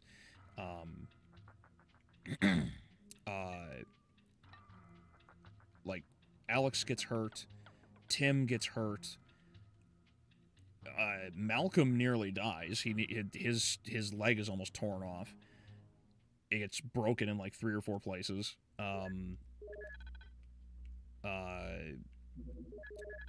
Ellie develops a limp. Ah, there it is. Good. Ellie develops a limp by, when she goes into the bunker to try and reactivate the systems for the park.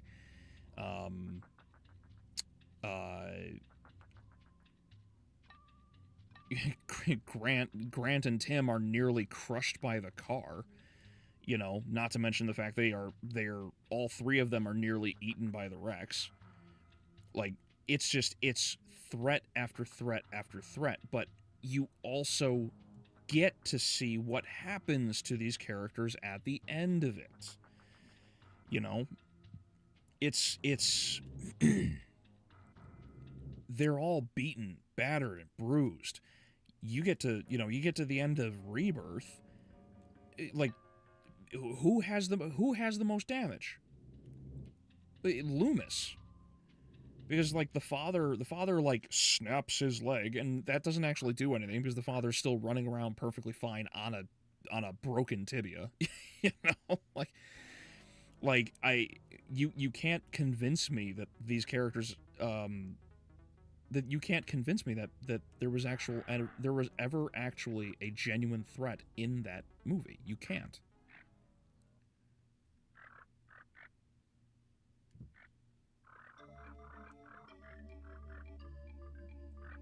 And I get I get the idea of, like, this is a main character, so they're probably not going to die either. Like, they're like injured maybe, but not die. But it's like that was part of the reason why, like, the first Jurassic Park, like, kind of scared people a little at the time, right? Because as I exemplified with characters like Muldoon,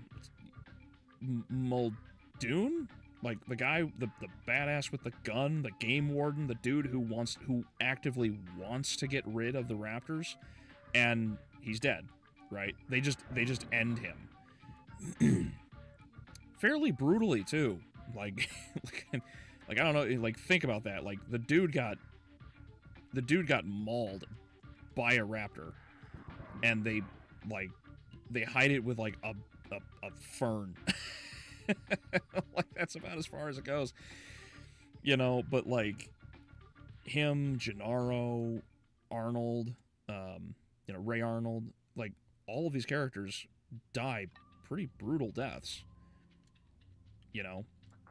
and it's good that they do, because they're wild animals.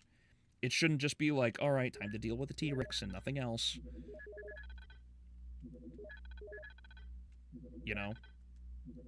Here's the raptors. Time to deal with the raptors. Nothing else. It's like they deal with the Spinos, and then the Spinos are just gone. The Spinos piss off, and they're never seen again, which is stupid. In the same way, oh look, we dealt with the Mosasaur. Let's move on. The Mosasaur is still a serious threat. Like, why is anybody thinking that they could just brush off the Mosasaur? And they have so little going for them that, like, not that there's, like, really much you could do, I suppose, like, outside of, like, oh no, someone's gonna get stomped to death, but the Titanosaurs don't really do anything either, to be fair.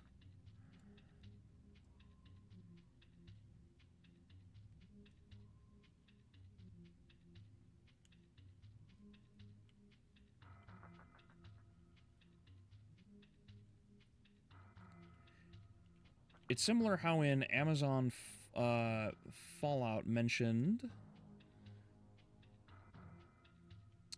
Oh, the water chip as a homage to 97, but that went nowhere. Yeah, I gotcha.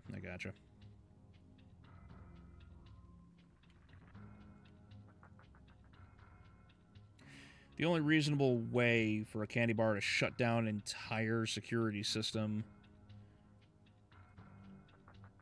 was that it was cheaply made or already known to be unusable. Something, anything would have probably been better than what the hell they were going here, because it's this, like, hyper advanced system that they just decide, hey, we're gonna shut it down, and there's nothing anybody can do about it.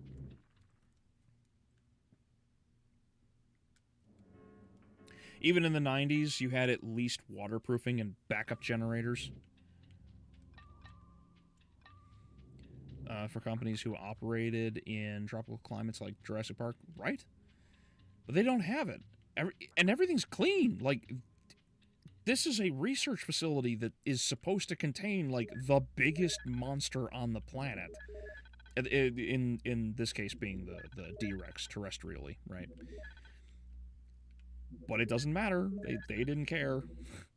Like, how could you possibly screw something up that badly? Talk about an oversight, you know? It's like I've heard the joke of, like, you know, a screen window on a submarine, but this is a whole nother level of terrible.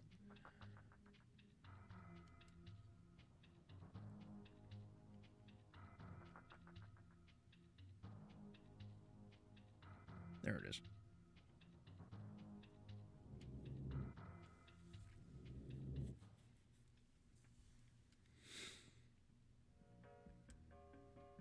One of the raptors distracted him so that, one of the distractors, get him. Yeah, exactly. But that was another thing, too. It's like, it's not just that these are also dangerous dinosaurs, it's also that they work together. And they built up to it. They set that up perfectly, like, you know, because that's one of the first things that Grant says to that kid. You know, it's like, hey, there's, you know, it's like, you're going to be distracted by the one, and then you're going to get sideswiped by the others, and you're dead. It's like, good. That's scary. That's a threat. Like, it needs to be a threat. You need a threat. And they did that, and they did it well, and that's why the first one works as well and has, you know, remained in such positive as it has in the eyes of the public, and for good reason.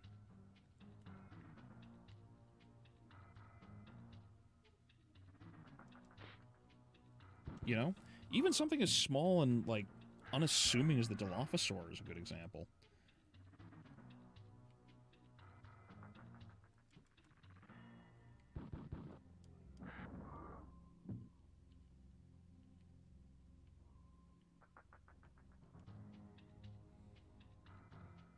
But then you get World.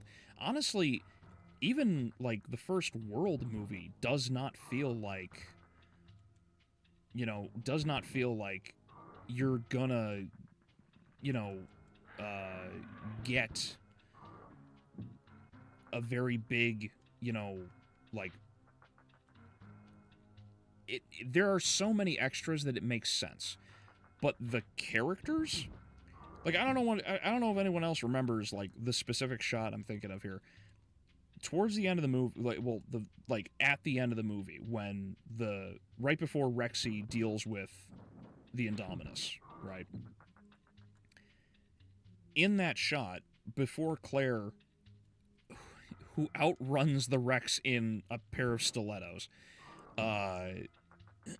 she, before they get Rexy to fight the Indominus has one of its claws hooked through the kid's belt, and somehow Owen is, like, he's stronger. He's stronger than the Indominus, because he's just squatting this thing's, like, finger, and it can't pull him down, which is ridiculous. Like, there are so many problems even with that, and it's like, entirely because it's kids. It's like, sorry, but, like, I think this is something that the Jurassic franchise needs to actually risk doing, which is genuinely to kill a child. Like, they'll off pretty much anyone else. It happens all the time. Like, especially if you've watched Camp Cretaceous or Chaos Theory, they kill people all the time in those series, which is hilarious. But they don't, like, you never feel like there's a genuine threat to everyone. And that's the biggest fault, I think. Ooh. I think that's the biggest fault of the series.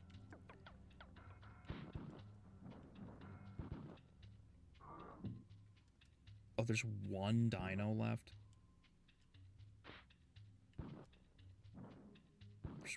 There's one dinosaur left? What room did I miss? I've been so thorough.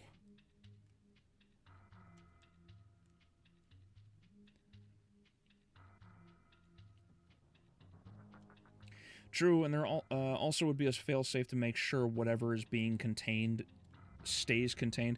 Oh, there he is. It's really funny too that you actually mentioned that, because there's actually a point that I did not bring up and I should have brought up. In the trailer, there is a shot where somebody is like looking at the security camera, and because of the breakdown in what is going on, right? Because the system crashes.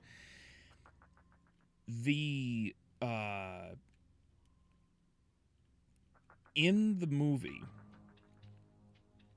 there is no button that is pressed to lock anything down. Okay, the D-Rex just gets out. There's a shot in the trailer where this person is operating the console and hits the switch, hits the alarm, and it's like, oh no, we gotta leave. And there's a bunch of scientists, there's a bunch of researchers who are using they're using like M4s or something to try and gun down the D-Rex and get it to stop, and they can't get it to stop. That shot is in the trailer, but it's not in the movie. I don't know why. I have no idea why that anybody thought any of this was even remotely a good idea. I should have continued more on the point about I should have hammered home the point of, like, you know, they really screwed up the advertisements and everything on the movie, because like what we get in the trailer is mostly like the movie, but there are a lot of elements that are very different.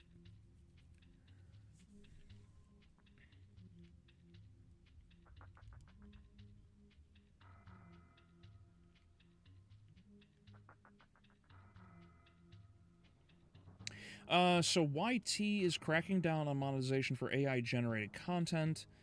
Are they still going to sell Jurassic World Rederp for money?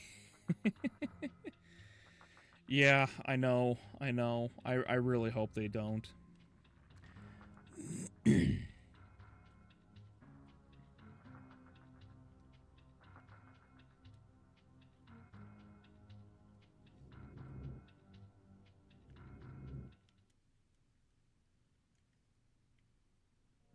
Oh, I still have one more floor to go. Really? I forgot. 25 on this floor. Oh, boy.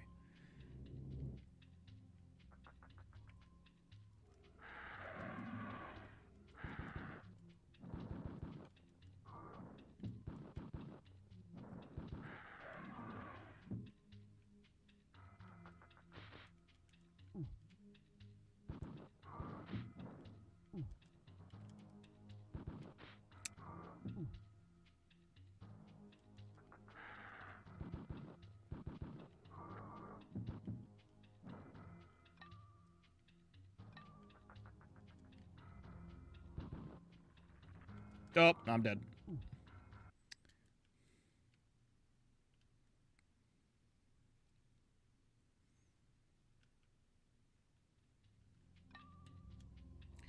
I believe it's copied content. Even if you are a YouTube partner, you get asked about people copying or accepting or from your videos. I actually I've had a couple of those pop up on my channel so far. It's like, hey, did you know that somebody might be using your video? And it's like, they're not, but okay. I really wish YouTube was more, like, practical and not so reliant on AI and algorithm.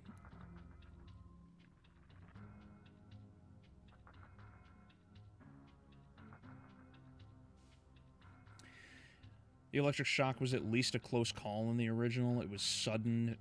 It was sudden, and you saw him fall. Yeah.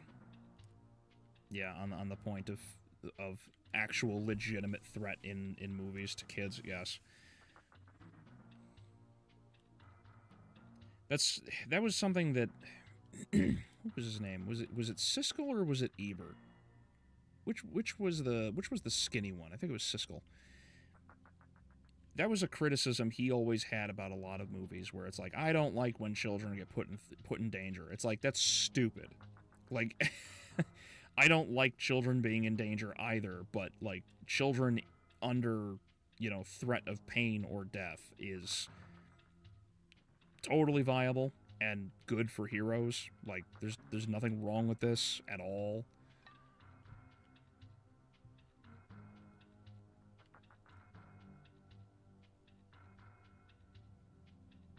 I don't know, like, it needs to be a thing, because it makes the story more realistic, and it makes it more believable given the circumstances, because otherwise, and to kind of push back on, well, not push back necessarily, because I do agree with what you're saying.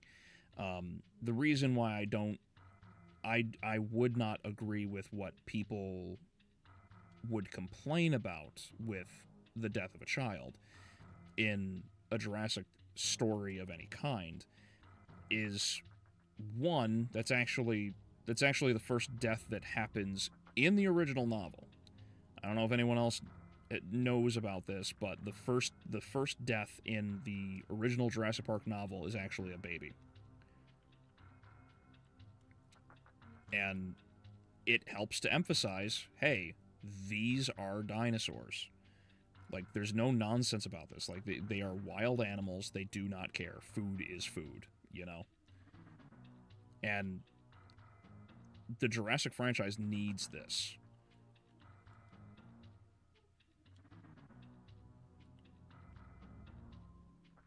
Where the hell is that damn... Oh. Is it this way? Or is this the way I came from?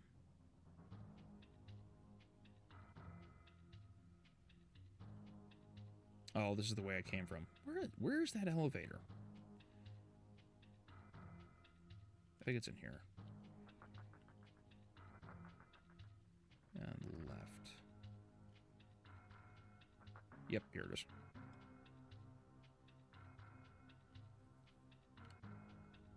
Yeah, I'll grab some ammo, why not?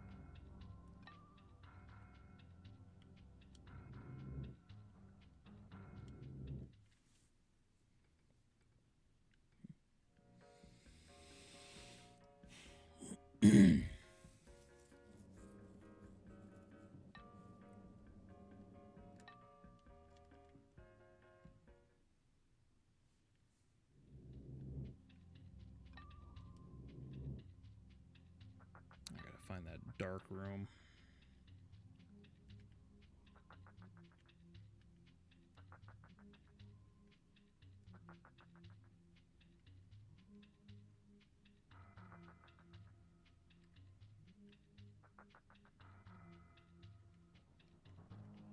There it is.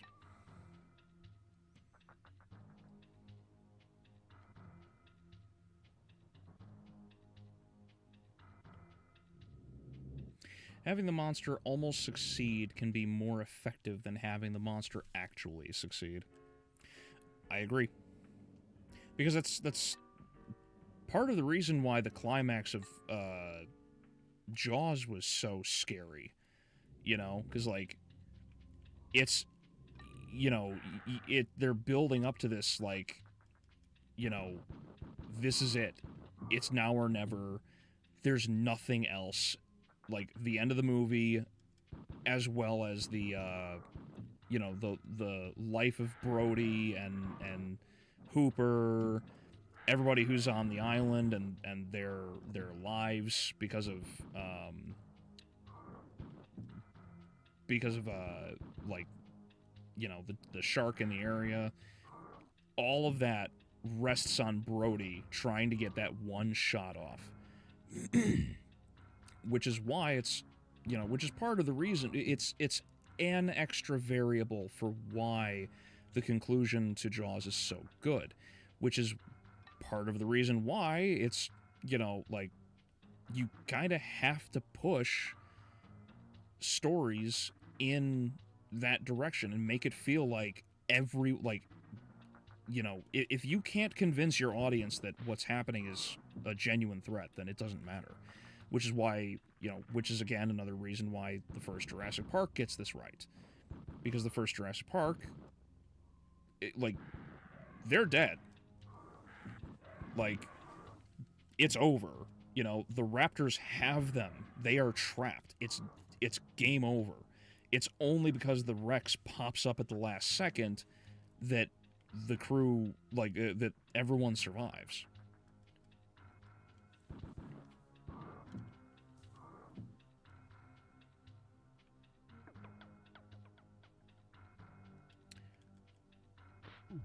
Oh, hello, Maximus.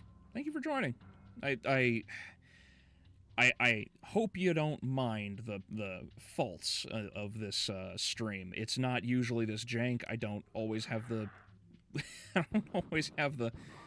window open, or the chat window open like this.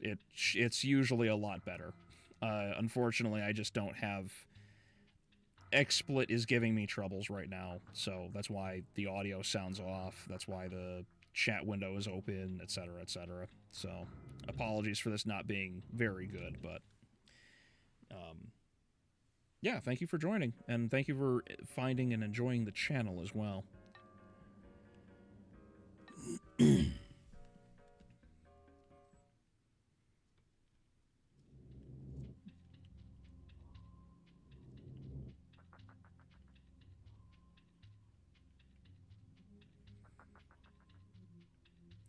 The best part is the "it's for kids" argument is extremely dumb, because if you look at ratings of stuff they say is for kids, it's really not.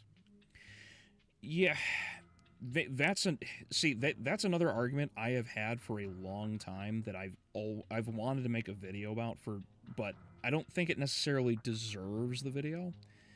I'm not entirely sure because I hate, like, actually hate when people say it's for kids.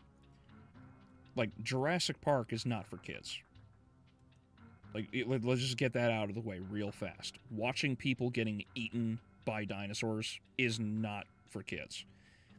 But it's still considered a kid's, you know, adventure and whatnot. And I think it's fine that people watch them. I mean, my nephew is 5 or 6 and he loves dinosaurs. And he loves the Jurassic movies. But when people say it's for kids, it's always a lazy argument of, I simply want to turn my brain off and not care, kind of thing. And I don't like that, because you have to be diligent with stuff, you know? When you say it's just for kids, well, then that's how you end up getting, like, transgender cows and shit. Like, it's so stupid, you know, but, like, you know, that's how you get it. It's like, you have to pay attention to the quality, the actual quality of the story.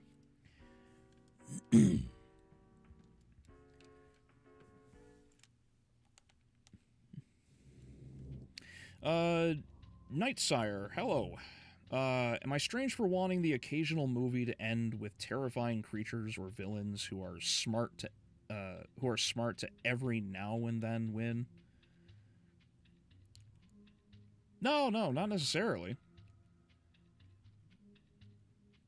Like, it's not a problem to shake up the formula of success, right? Like, I mean, like, I know I always harp on the idea of I want the good guys to win, and I do. But it's not necessarily a bad thing to even just shake up the formula a little bit, you know? So long as it makes sense within the story. Like, let's say in Jaws, right? Because I was harping on this a little bit ago. If at the end of Jaws,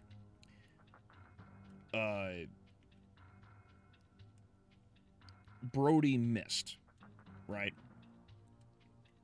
It would make total sense for the shark to leap up and eat him.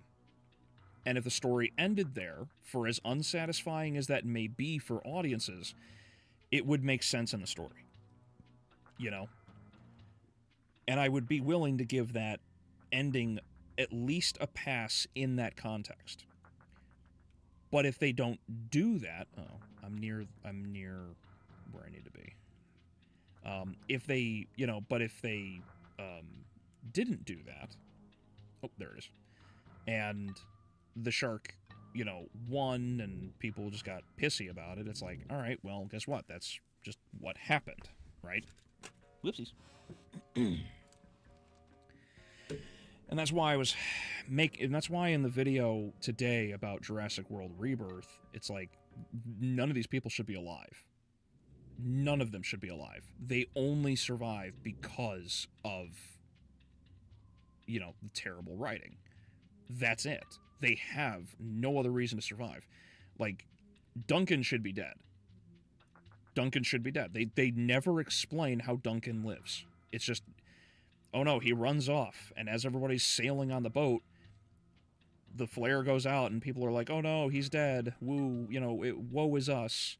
And then, poof, there goes another flare off in the distance, and they're like, how'd you live? And he just kind of smiles and ignores the question. You're like, no, I want a fucking answer, dude. Like, how did you do this?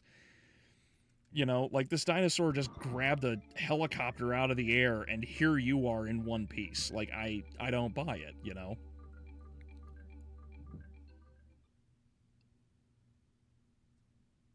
How the fuck did that happen? I just got clotheslined by a boulder. What? I don't think I've ever died to that thing that way. Anyway,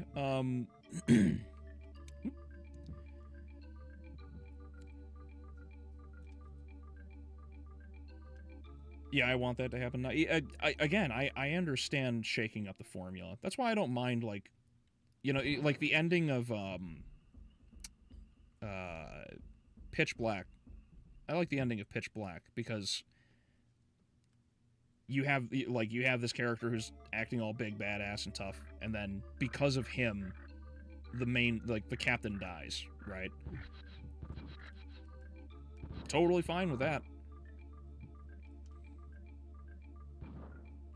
And or like the ending of like The Cube.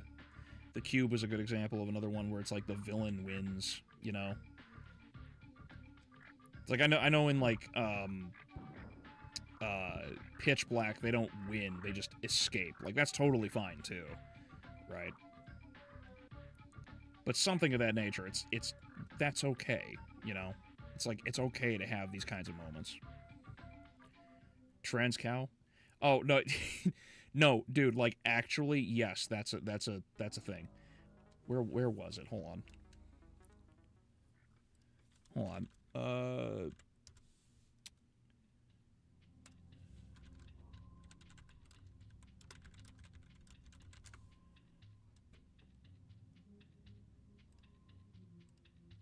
Here, hold on. Let me... Controversial Ridley Jones non-binary bison scene. I want to do it as myself. After all, you always say to lead with your heart, right? Well, my heart says that the way I feel most myself is to go by the name Fred. That's because I'm non-binary, and Fred is the name that fits me best. And I also... There you go. I was not kidding. That was not a joke. I wasn't saying trans cows to be funny. No, that's actually a problem.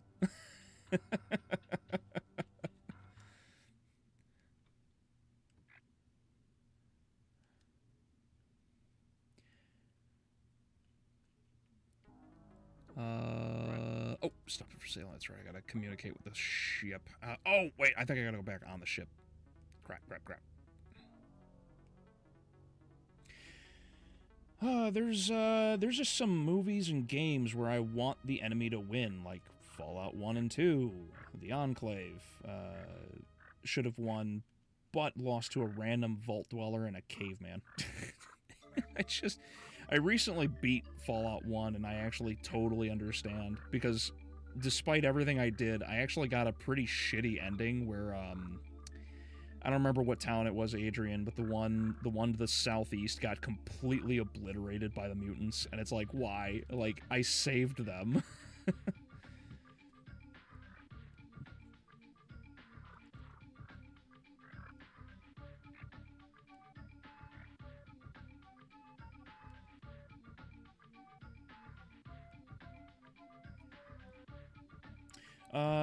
It's true, but not all endings feel like the good guys should win. Oh yeah, no.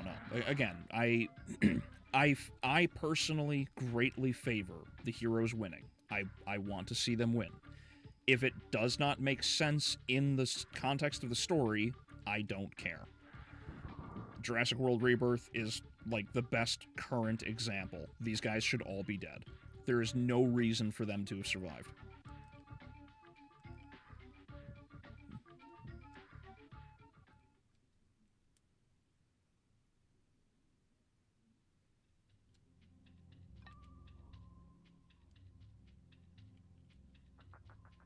Okay, now it's either this one or it's the other one that's down, like, deep on the ship. Whoops, no. Comps? Here we go. Balls. Okay, so it's not here. I think it's the one in the dark room, which means I have to go back into the bowels of the ship because I'm an idiot and I forgot. Oh, wait. No, it's this way.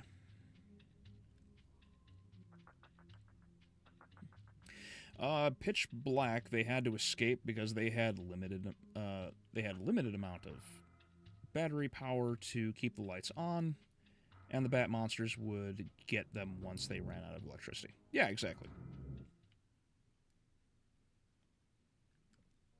See, because, like, that makes a lot of sense, though. It's like, in that setting, it's like, they could only kill so many, they flee, like, that's that setting, and that's totally fine.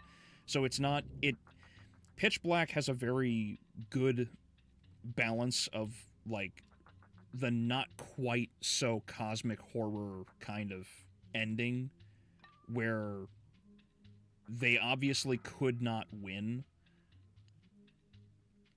and they don't outright lose either. So I think it's a good blend of that. I agree that it's preferable to have a hero or protag win, but I think because we have so many pieces of media that end positively, authors and studios seem to believe that it's necessary for the story.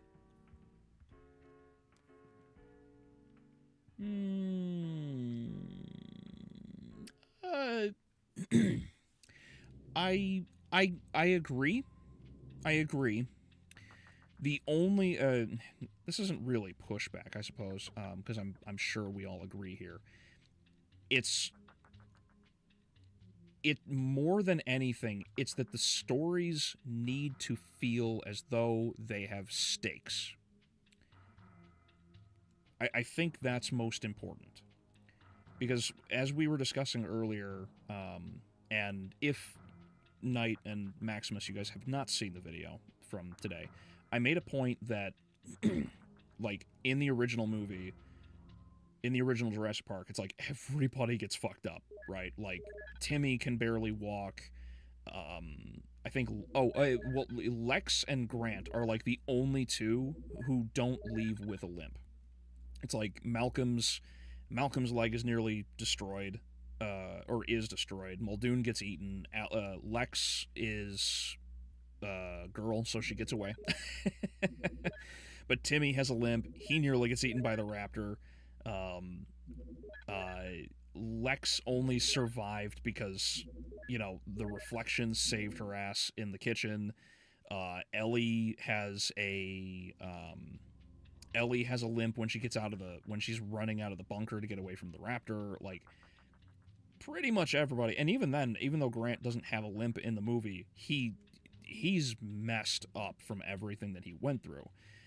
So even though all of those characters get out and it's a happy, lovey-dovey ending, they all got their shit rocked. And that's good. Stories need to feel like there's that kind of weight, you know, that there is genuine concern for everybody in the story. Because if we don't feel like the characters are under threat, then you already have broken the immersion of the audience. And in Jurassic World Rebirth, that's exactly what they do. Because you know that the advertisements show who dies. They show the truck gets smashed by the knuckles of the D-Rex. So you know whoever's driving it is dead, which happens to be Martin. You see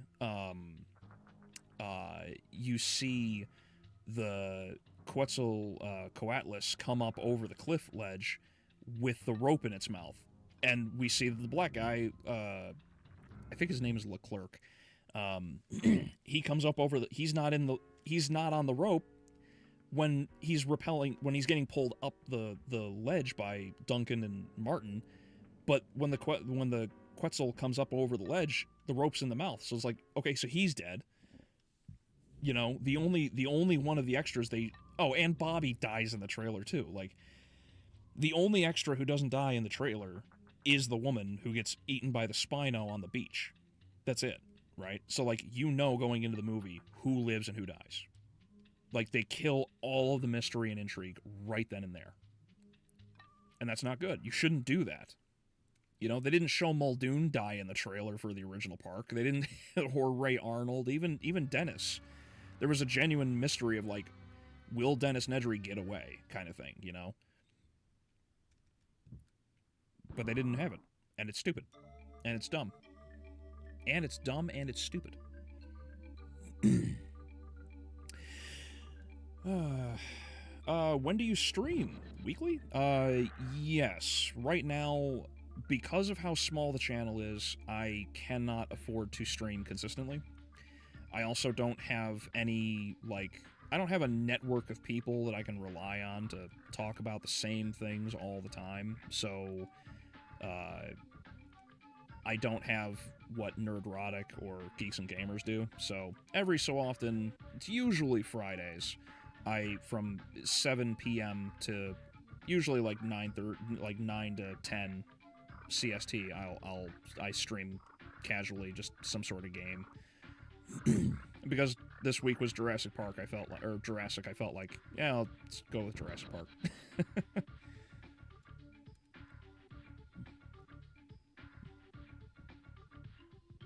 But yeah, I also usually post a couple times throughout the day when I am going to stream, so, or I'll make a post saying, like, hey, you know, going to stream, doing this, yada yada yada. Whoopsies. Son of a...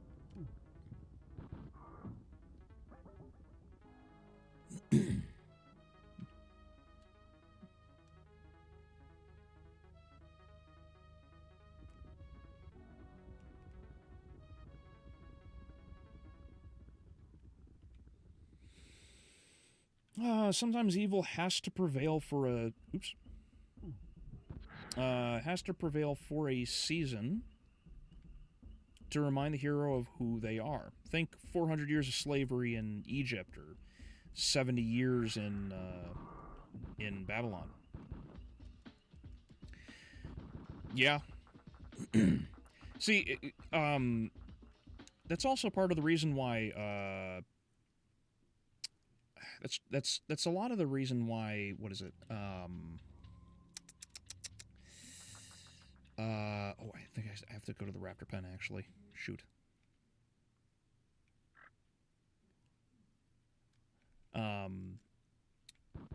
What is it, end of Star Wars. The end of, Empire Strikes Back. Like give a better, give a better example of the villain's win as an incitement for heroes to do better, you know? Like, Han is a brick. Luke lost his arm, got his ass kicked in a fight against the guy that he's supposed to beat, and then he lost. But there's still hope at the end of it, right? Like, that's a really, really good ending.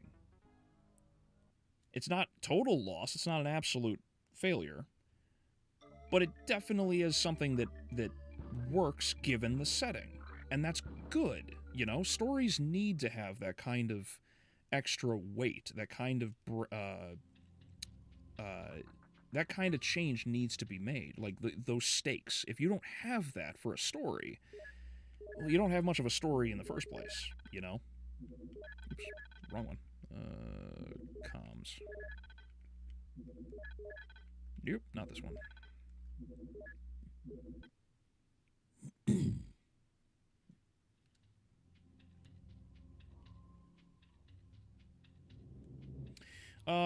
Marinin, hello, how are you?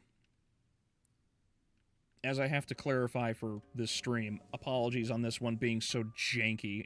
This is not normally how it is. But yeah, welcome. And yeah, I love that video picked up quite a few people who are also Ogre Battle fans. Yeah, that's my avatar. That's pretty much all of the music. It's not all of, but it's most of the music that I use. And yeah, it's always nice to see another Ogre Battle fan. There's so few of us, but it's so fun to finally get a hold of one.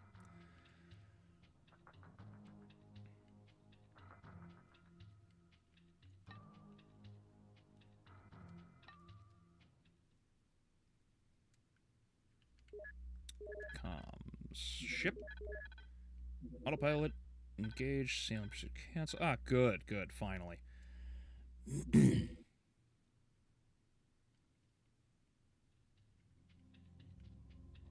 Whoops.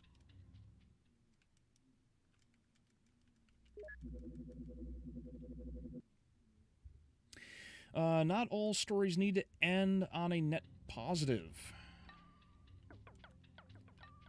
But I'd like to see more bittersweet endings or net negatives being more common in real life. Like in real life. I got you. See, the reason I'm also more partial as to why I prefer it is because the stories are fictional, despite them being based on like reality, for example. One of the main reasons I prefer it is because it actually gives more positive sentiment to a story, the positive sentiment of a story can give people in real life hope. Like, that's a good thing. There's no reason we shouldn't have, that we shouldn't have more uplifting stories in real life. And it's frustrating that, like, we don't. because, everything is just so, shitty right now. Destroy the raptor nest. Gotcha. Son of a... Damn it. Damn Gallimimus ate them. Do you know Highboy? I can't say I do. Is he another content creator on YouTube, Max?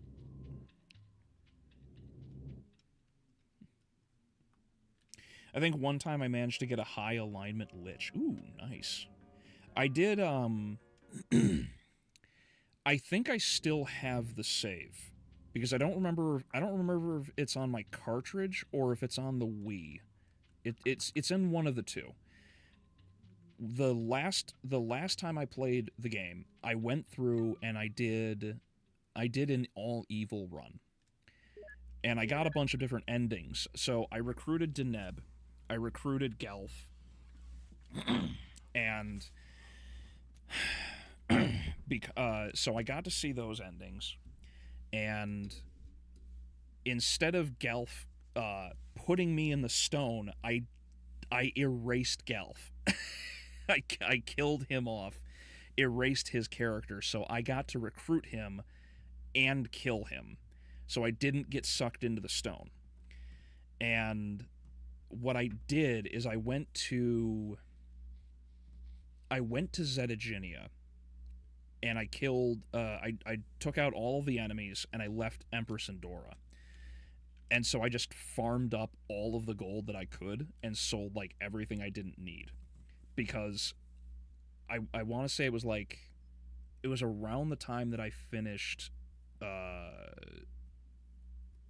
what was it? Oh, Shigald.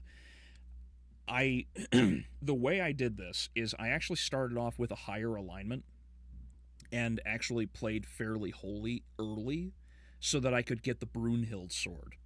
So I got to go to all of the secret areas. And in doing this, because that's how you have to get Gelf, right? And around the time of the Shigald mission, I got the merchant ticket. So I maxed out all of the goth that I could get a hold of, and I maxed out buying all of the upgrades that I could, and then I used a ton of jokers, and just like I got like 20 or whatever Emperor cards, and I just let my lord with two Tiamats just duke it out with Diablo for like 20 minutes. Like, that's how long it took to kill him, even with like max stats. But yeah, I think I still have the save. I should probably take a picture and post it.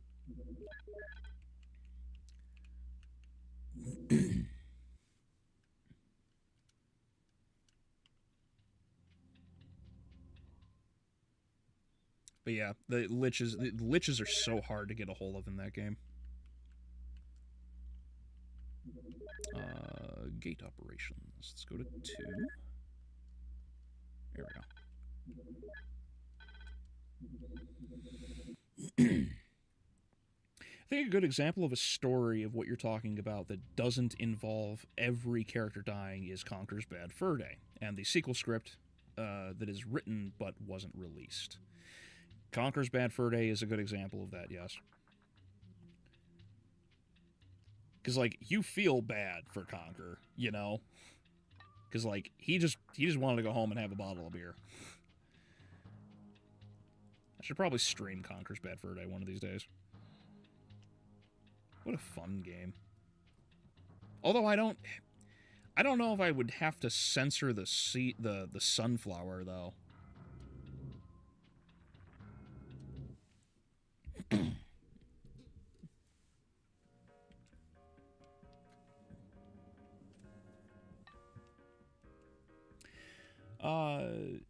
Yes, he does. Yeah, he does reviews. He's funny and does wacky rating systems. You should try to collab or ask him to do a movie review or something. Oh, okay. I will probably have to check that out at some point. Thank you.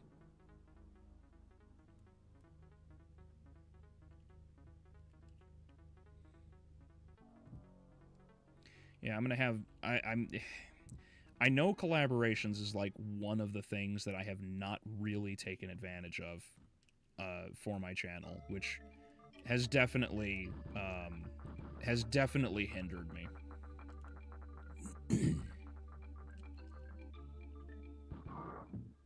The only channels I collaborate with regularly is Adrian. He's in the well, oh shit. Fuck. Okay, good. Adrian, I usually chill out with him on Thursdays because we usually discuss like various things. Oh crap. We usually discuss various things like older movies, games, what's kind of happened to things. It's a shorter stream, but Thursdays it's usually where I'm over there with him at.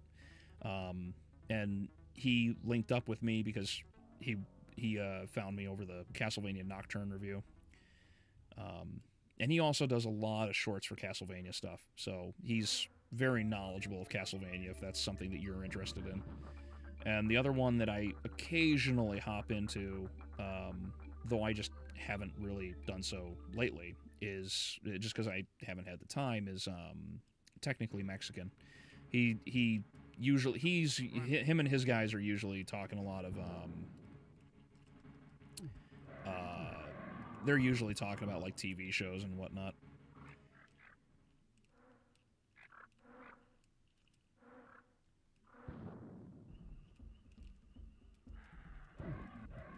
Oh, crap, it got me again. Damn it.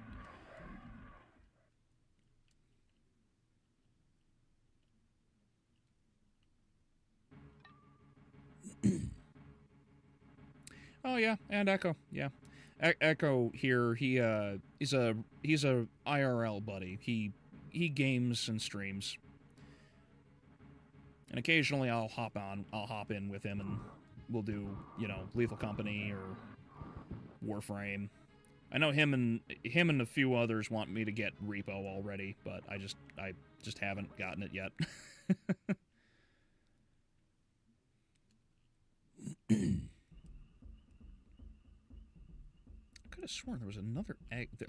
There it is. I knew it. Gotta go get that other one at the bottom though. There's 6.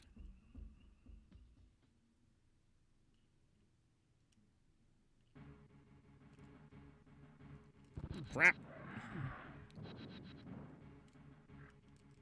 Cool crap. Those copies are gonna kill me. Got him.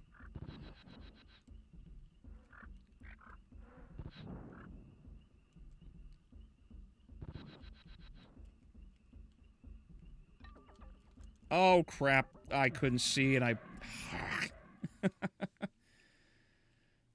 That's okay. I'm up here near one of the entrances. That's fine. If you want a story that properly breaks down tropes, watch Madoka Magica and its breakdown of magical girls. Oh. Oh crap, I thought I killed you. Okay, there is a trick to this. I think it's just the left wall. That's right.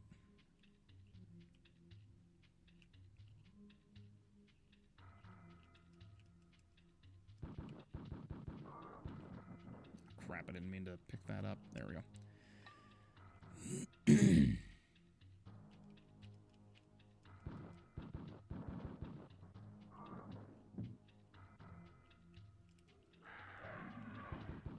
Well, then I'm getting yelled at in chat.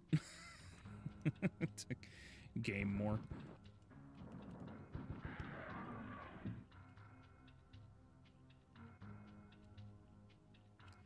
Yell at him to play...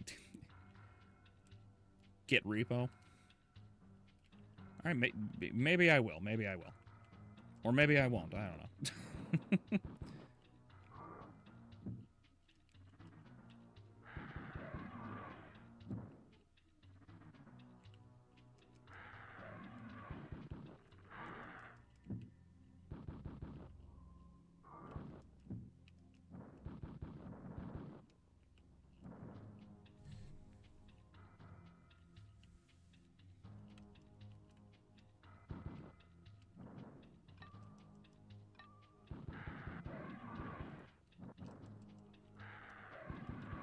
Ah, there's the eggs. That's what I thought.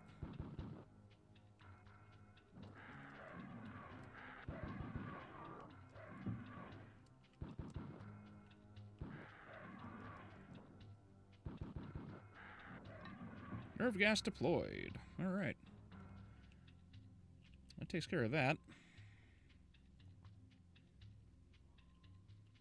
I just have to follow the trail of bodies back.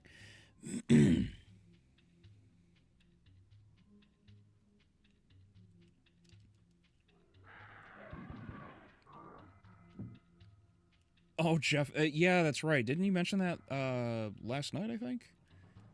Yeah, Peak looks hilarious. especially after that short that you showed me. Who was the player? Because for anybody who doesn't know, Peak is basically this like VR game where you're actually trying to climb up mountains. And it's hilariously horrifying that this person, like, fell in the game and basically screamed as though they actually fell in real life. It was so well done. And it was so damn funny. Ah, there's the exit.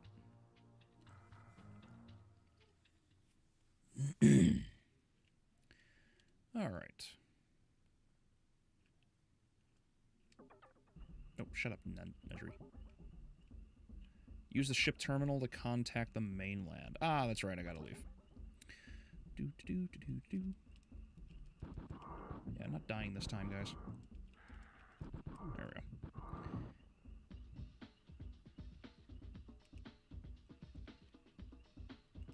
I'm still shocked you haven't played Repo yet. Dude, I don't always have the time, and there's always other things that I try to take care of.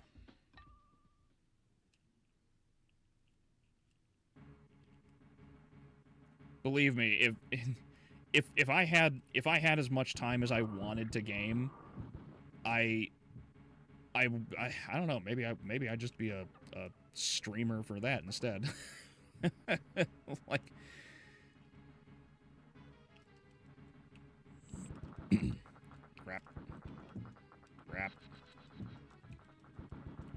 crap.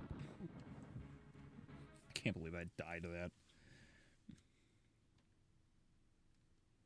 Oh no.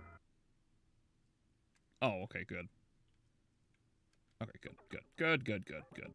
Oh, he's still running around. Good. Got him. Oh, okay.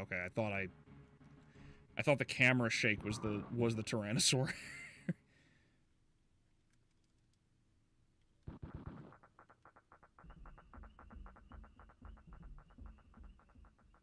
Whoop.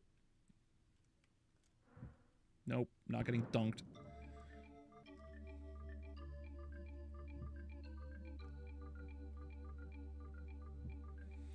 I haven't either, but my computer is so bad. It has 8 gigabytes of RAM and barely runs certain games. Oh, that's hilarious. I also have a pretty, like, by this point, I have a fairly old computer myself. I think I'm still operating off of 8. The only reason I was able to play Doom: The Dark Ages for everyone is because I recently upgraded my graphics card from I was like, this entire time I've been rocking I had been rocking a 1080. Like, I've had a 1080 for years, and I only recently got upgraded it to a 3080.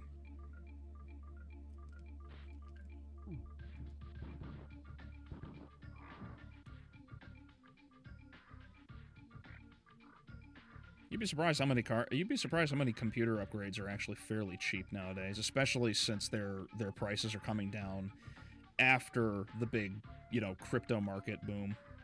There were so many people, the main reason why all the graphics cards and everything took off in prices and costs is because they are also very good for crypto mining, which is why, 1080s and all of that got so expensive so quickly.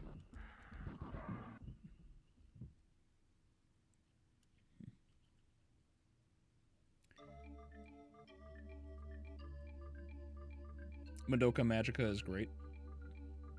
Okay. Well, I'll take your word for it, because obviously I have no idea. I don't think I've ever heard of it before.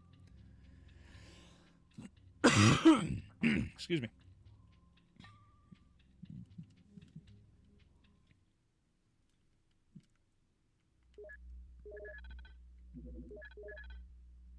Crap, it's not this console. It's one of the others down in the ship, I think.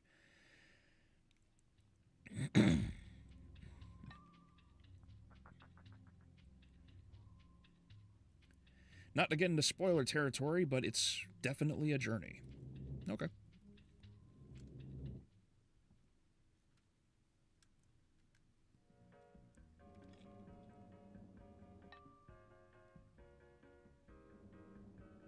Ray and Chibidoki. Okay. Yeah, because, man, that scream is so fucking funny. Like, I could... Oh, man. Like I said last night, like gamers are way better voice actors. Oop, nope.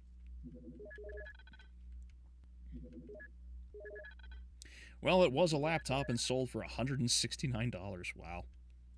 Crap, it's not this one either.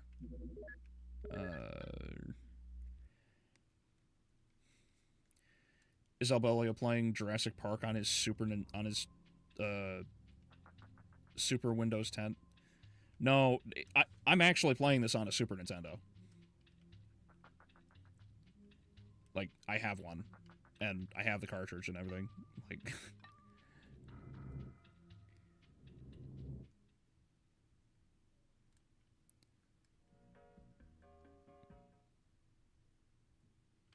I gotta find that other elevator now. I think it's this way.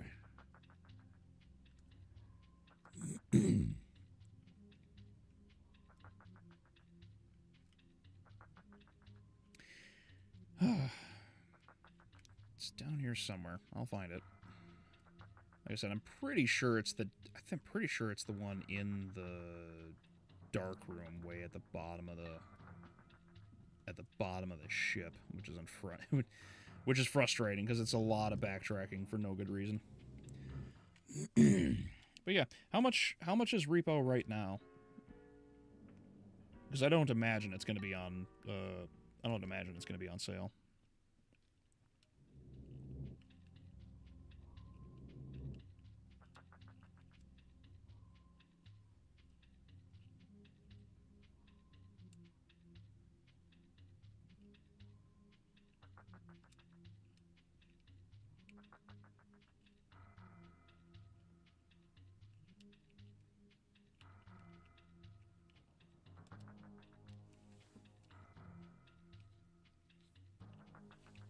Oh, it's 10.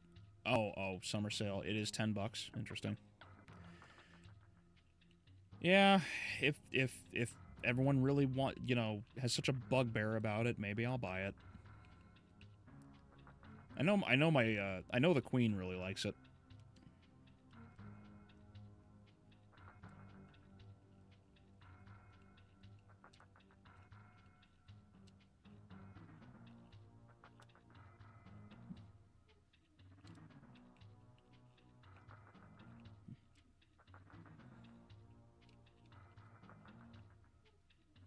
Where's that damn door? Here it is.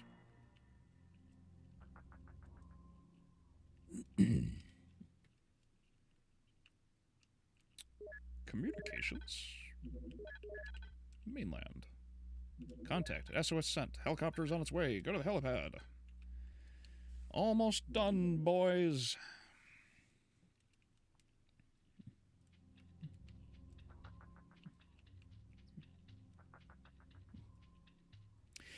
Since you mentioned voice acting, what do you think of modern American voice acting compared to voice acting for animated roles?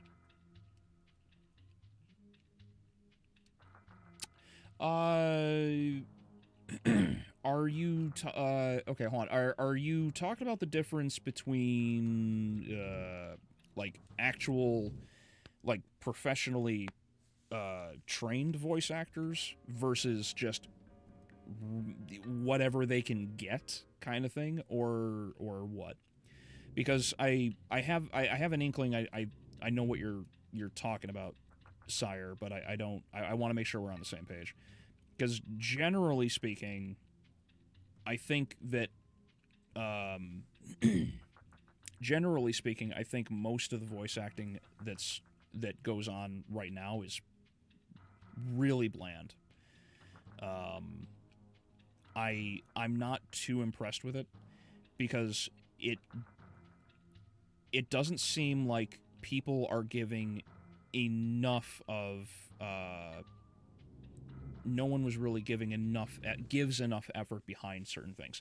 Like, certain people are known for various voices, like I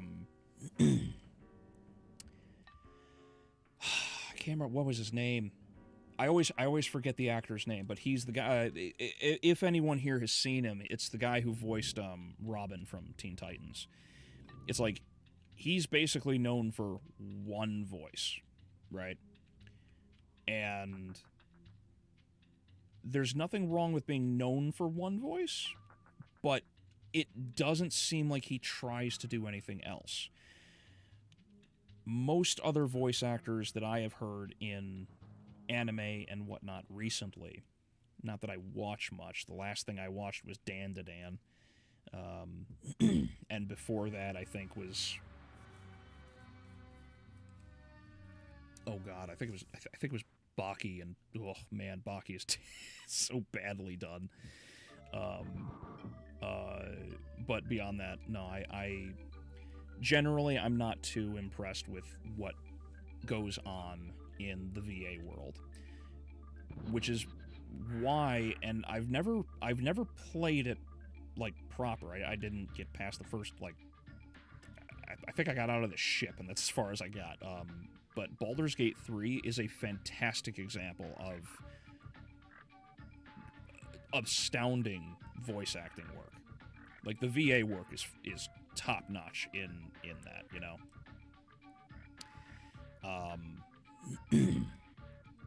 And I think I think there's a problem in voice acting that some people get known for one voice because a product or project becomes very big and popular. But those individuals don't have a great deal of those individuals don't necessarily have a great deal of range, as I mentioned with the Robin actor, for example. The guy who voiced Meliodas from Seven Deadly Sins is another good example, because he plays like three different people in 3 or 4 different people in that same series, and it's all the same voice, right? We'll say professional American voice acting versus professional Asian voice acting. Sure, okay. I do not. I prefer the voice acting range and the emotion of the Asian, of the Japanese voice actors. I think they are superior because they're actually trying, whereas with American, it very much feels as if it's just to get a paycheck and then move on.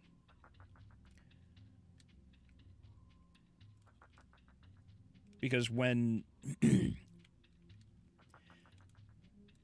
and maybe it's because, you know, they're infused with more soy than we ever will be. I have no idea, but when Japanese voice actors are really pushing it, really trying, you hear them just ripping and tearing with their voice. They do not relent. They push it.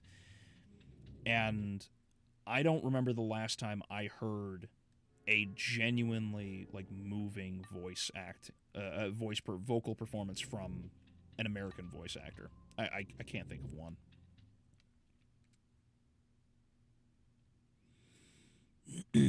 Taking a break from Doom, I see. Yes, Devil. I decided I wanted to go ahead and try, you know, something else just for a little bit, because I've been in hell for so long killing demons that I forgot what the real world was like. Oh, crap, I forgot about that egg. Good thing I just saw it.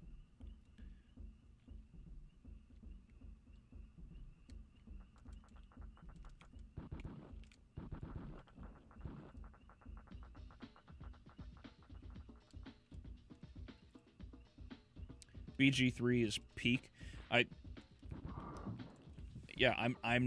I'm not gonna turn a blind eye to how good the voice acting is in that. Even though I haven't, like, really played it.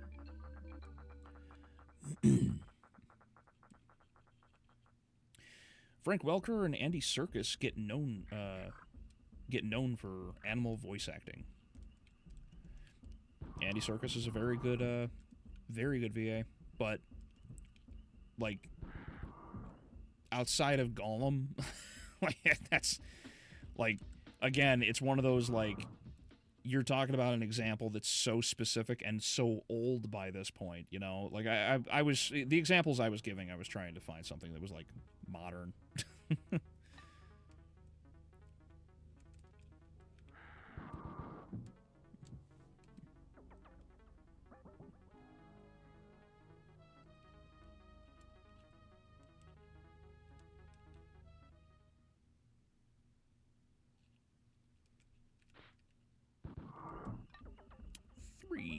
3 more eggs. Ah, ah, ah.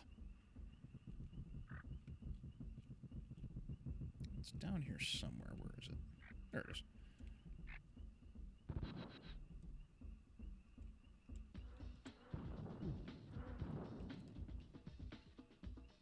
Oh, no, that's one of those letters.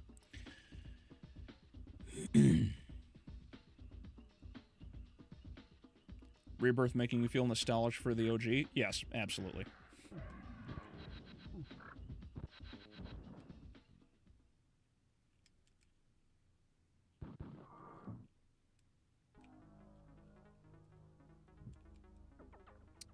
Still need 3 more eggs. Crap. They're all outside at the very least. I just don't remember where all of them are.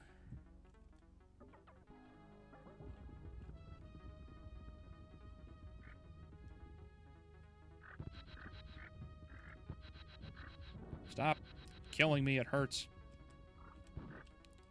Bastard.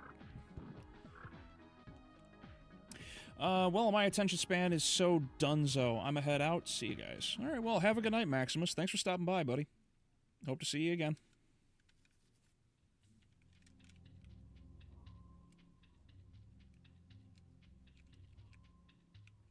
Where is that? I need some meat. Meat.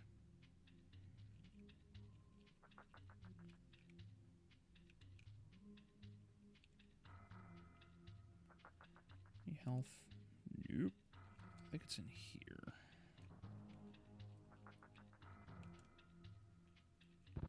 Yeah, like the one raptor I didn't kill. Ah, there's some meat. That's more than enough, I think. Oh, there's another one. Good. Good, good, good, good, good.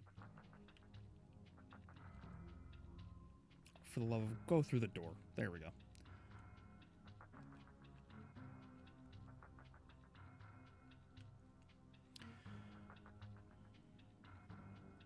A lot of good examples. Full Metal Alchemist. Green Goblin from the animated series. Mr. Grant. Okay, there's 2 more.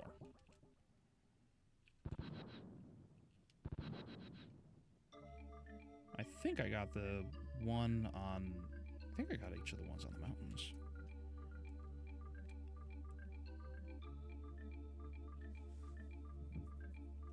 Yeah, that's what I thought. I did come up here.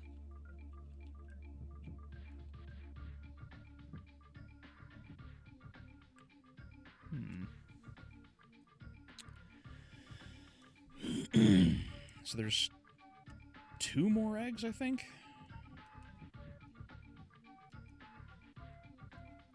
I would say BG1 is still worth playing as the beginning of the series.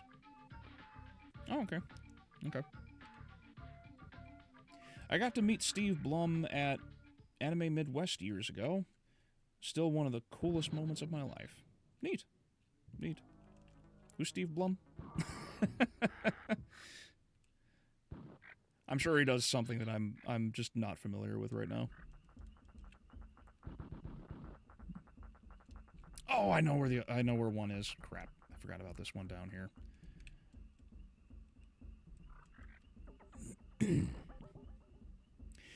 I'll say it, Jurassic Park is one of those franchises where the last thing they ever needed was more than one film. For the love of... There we go.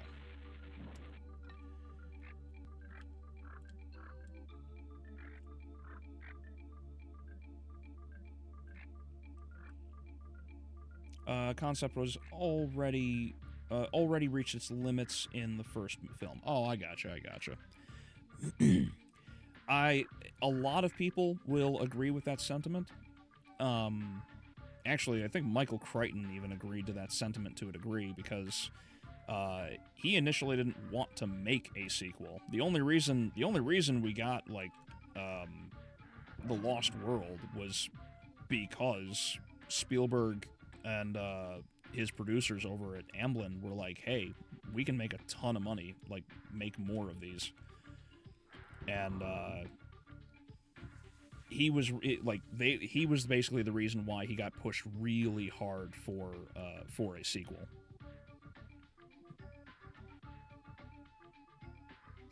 Steve Blum is Spike Spiegel. Oh, I gotcha.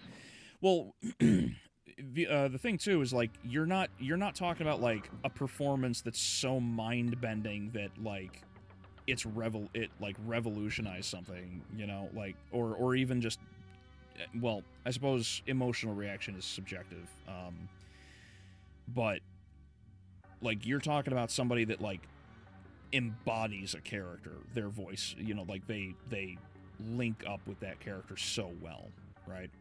And not that that's a bad thing or demeans the point by any means. Because, you know, it's like Sean Schemmel for Goku, you know? It's like certain voices are like, you can't think of any other character as that person. And that's fine. That's a good thing too.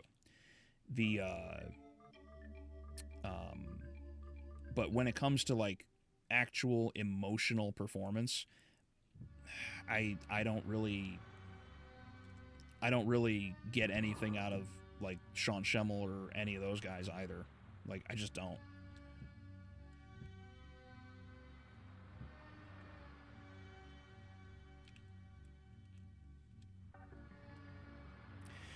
You'd be shocked at the reach JP voice actors have. Most shonen MCs, our voice acted by an old lady. Yes. Yeah, it's crazy to think and realize, really, that Goku is voiced by a girl. It's like Goku. I know Vegeta's voiced by a man. But it's like Goku, Gohan. I think, I could be wrong, but I think Krillin is too. It's like they have such, but that's part of the reason why I mentioned, like, the voice acting range of the Japanese is very good, in the same way American voice acting range is also good. The difference is that they put real emotion behind things. When they are given a task, they do that task. It's a major cultural difference, because the Japanese actually work hard towards what they have and what they are given, whereas most Americans, especially today, do not do that. And it shows. It really shows in the difference between how we produce art versus how they do.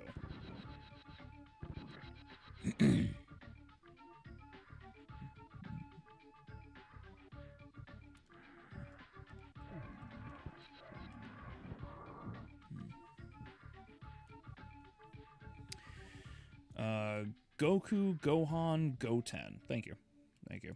I knew a bunch of them were voiced by women. I just didn't remember exactly which ones.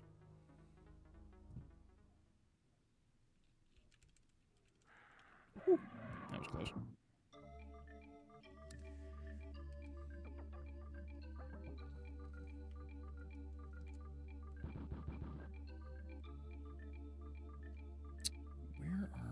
Where's that? I hate that I'm missing literally one egg. Oh, and I just got killed by a bug.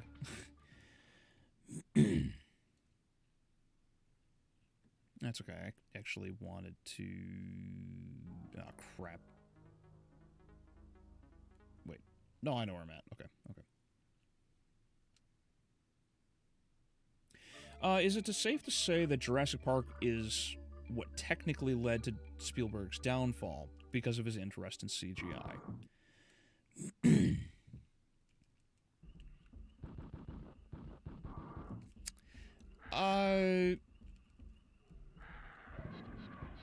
I think I would agree to that.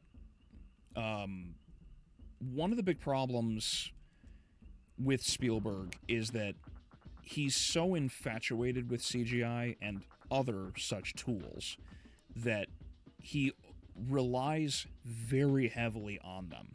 Like, oh, I know where the last one is.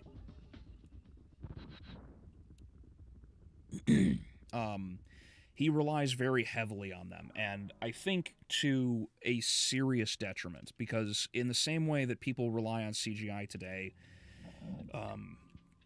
he is quoted as saying, I think it was, I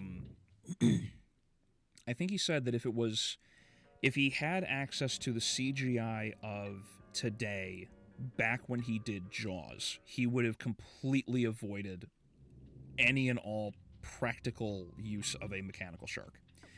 And so he would have just totally CGI'd everything. Which, upon hearing that, really makes me happy that he hasn't really touched, like, anything else.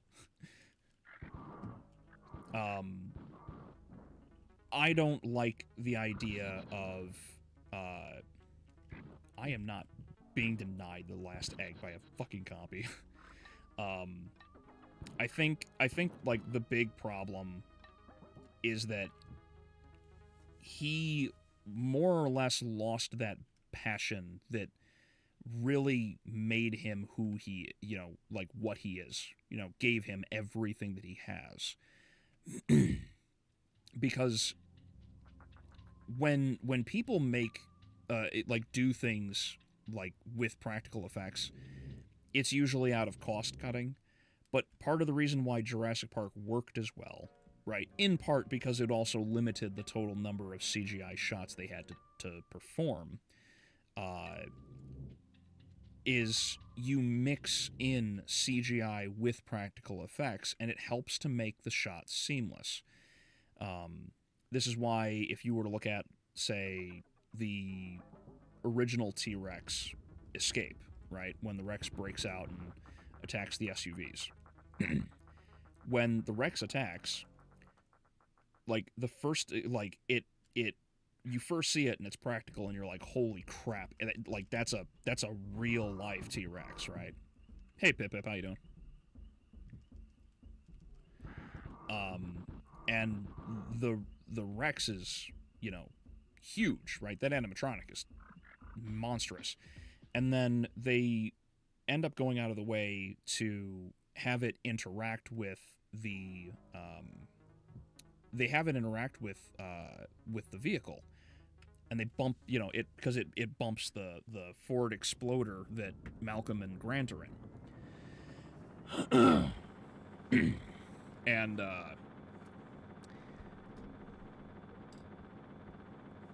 right after it bumps that, right after it bumps the car, the camera, like, pans a little bit, and the Rex turns away from the camera, and then the CGI Rex moves forward towards the other SUV with Lex and Tim in it. And that's interesting, because it, you're just like, wow, it's practical, and then, like, it tricks your brain a little bit in, like, that should be a real dinosaur, So it all works, and,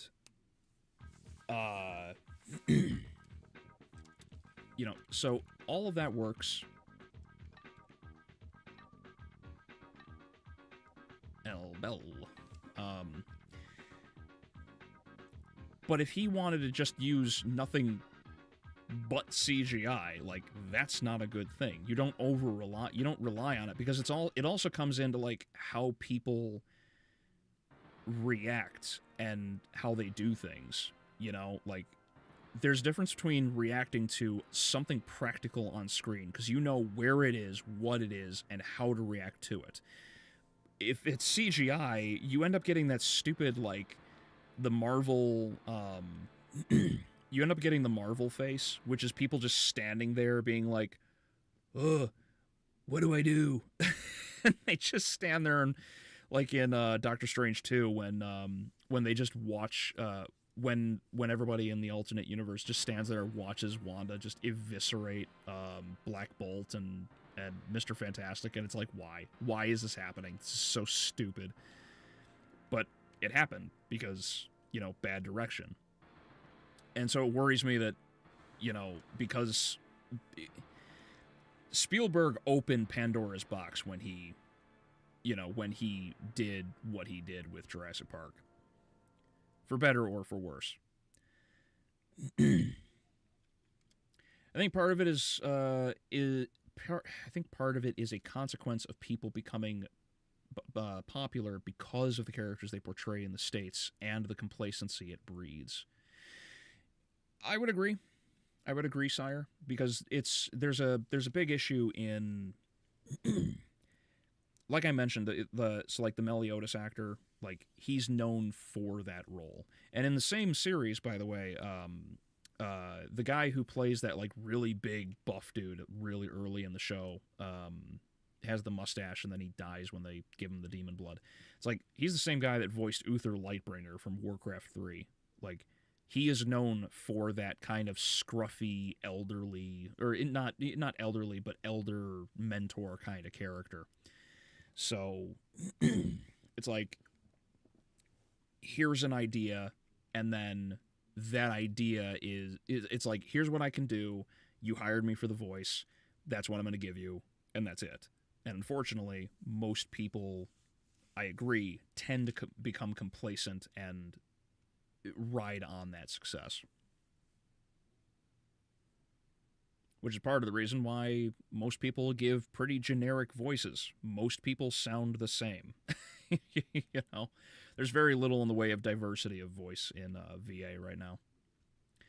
CGI was going to happen because of the progression of computing power. There is some very good use of digital editing and CGI in movies.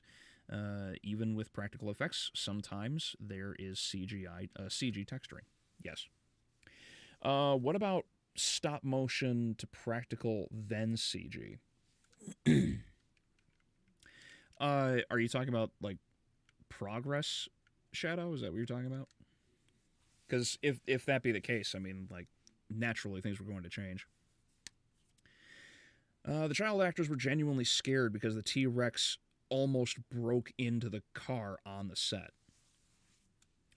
Yeah, I think they said in one of the interviews, like, the glass on the surface of the vehicle was not supposed to break. That whole piece was supposed to come down in one, and then the top piece actually broke. And so that's how you get that half-moon crescent. And so they ended up replacing the glass in a later shot. And the kids, like, genuinely, like, oh shit, like, we're scared. We can't fight this thing off.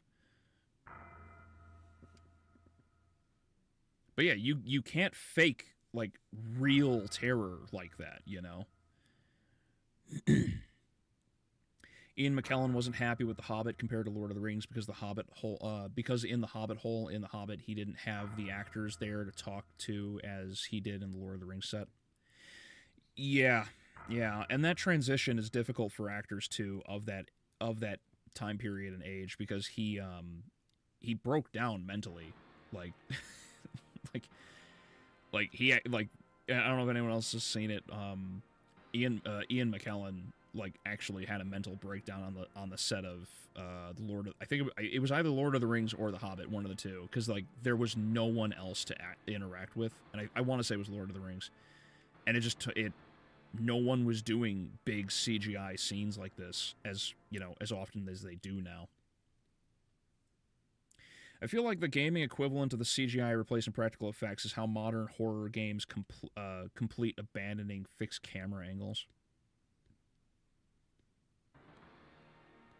Replacing practical effects is how a modern horror game completely abandoned fixed camera angles. I'm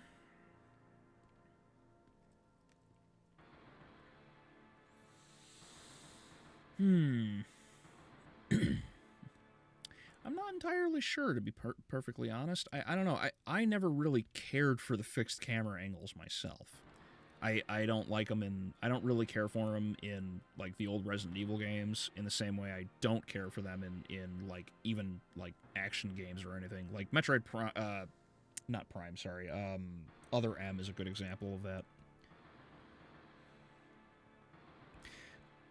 But, nonetheless, yes. The idea... see... Because, like, way too many indie developers, I think, right now also have a problem of, like, they just create an AI that can wander and then let the wandering AI be what carries the scares. There's not really a whole lot of craftsmanship in a lot of horror games right now, especially in the indie scene. It's like horror games should not always, but mostly be a house of horrors, basically, where you go in and experience what what was crafted for that, for you to enjoy. It's just like doing a room escape, basically. And just too many of them did the same equivalent, which is to open world RPGs. It's just, hey, here's a world to explore. It's going to be completely empty, but it's going to be highly detailed with environments, and there will be nothing to do, And that's just what they do. Horror games basically do the same thing with wandering AI. Should probably make a short excerpt of my shadow voice. Yeah, be edgy and cry about a dead kid.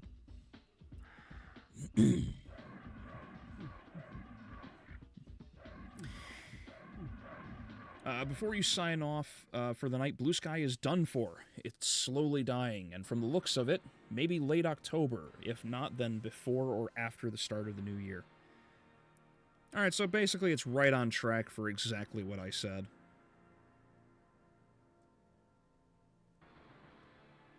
But, nonetheless, I'm glad to see that it's dying, because fuck those people. So yeah, thank you all for coming out, guys. I'm going to be calling it here on this jank-ass stream. Adrian, Pip, Devil, Shadow, Brian, Echo, Lauren, thank you all for coming out, guys. This has been fun, as usual. Nightsire and Maximus and crap, I forgot his name. He only popped in for a little bit. Marinin, thank you for coming, guys. I hope you enjoyed. Again, apologies for the very, very weird way this all turned out today. Normally it's a lot better, I promise. Oh, crap. Nightsire, $20. Thank you. Appreciate Albeleo and you guys in the chat. Here's one before I head out. Take it easy. Dude, thank you very much. You did not have to. But thank you. I get to prove to my lady that, this actually does something. But yeah, so I have not gotten around to seeing Superman just yet, but I will be reviewing it this week, and like with this week, I will only be doing one video because I feel like it's going to be a bigger one. So stay tuned for that. And then later, I got to figure out what I'm going to do for the in-between of Superman and Fantastic Four, but that's what I've got right now. And in the meantime, I'll also try to figure out working on fixing this stream, and then when that's done, I will be continuing Doom, and we'll be getting back to Doom 2016 to continue that series. So, again, thank you all for coming out, guys, and Sire, again, the shout out to that. You didn't have to, but I appreciate it. Have a good night, everyone, and have a good weekend.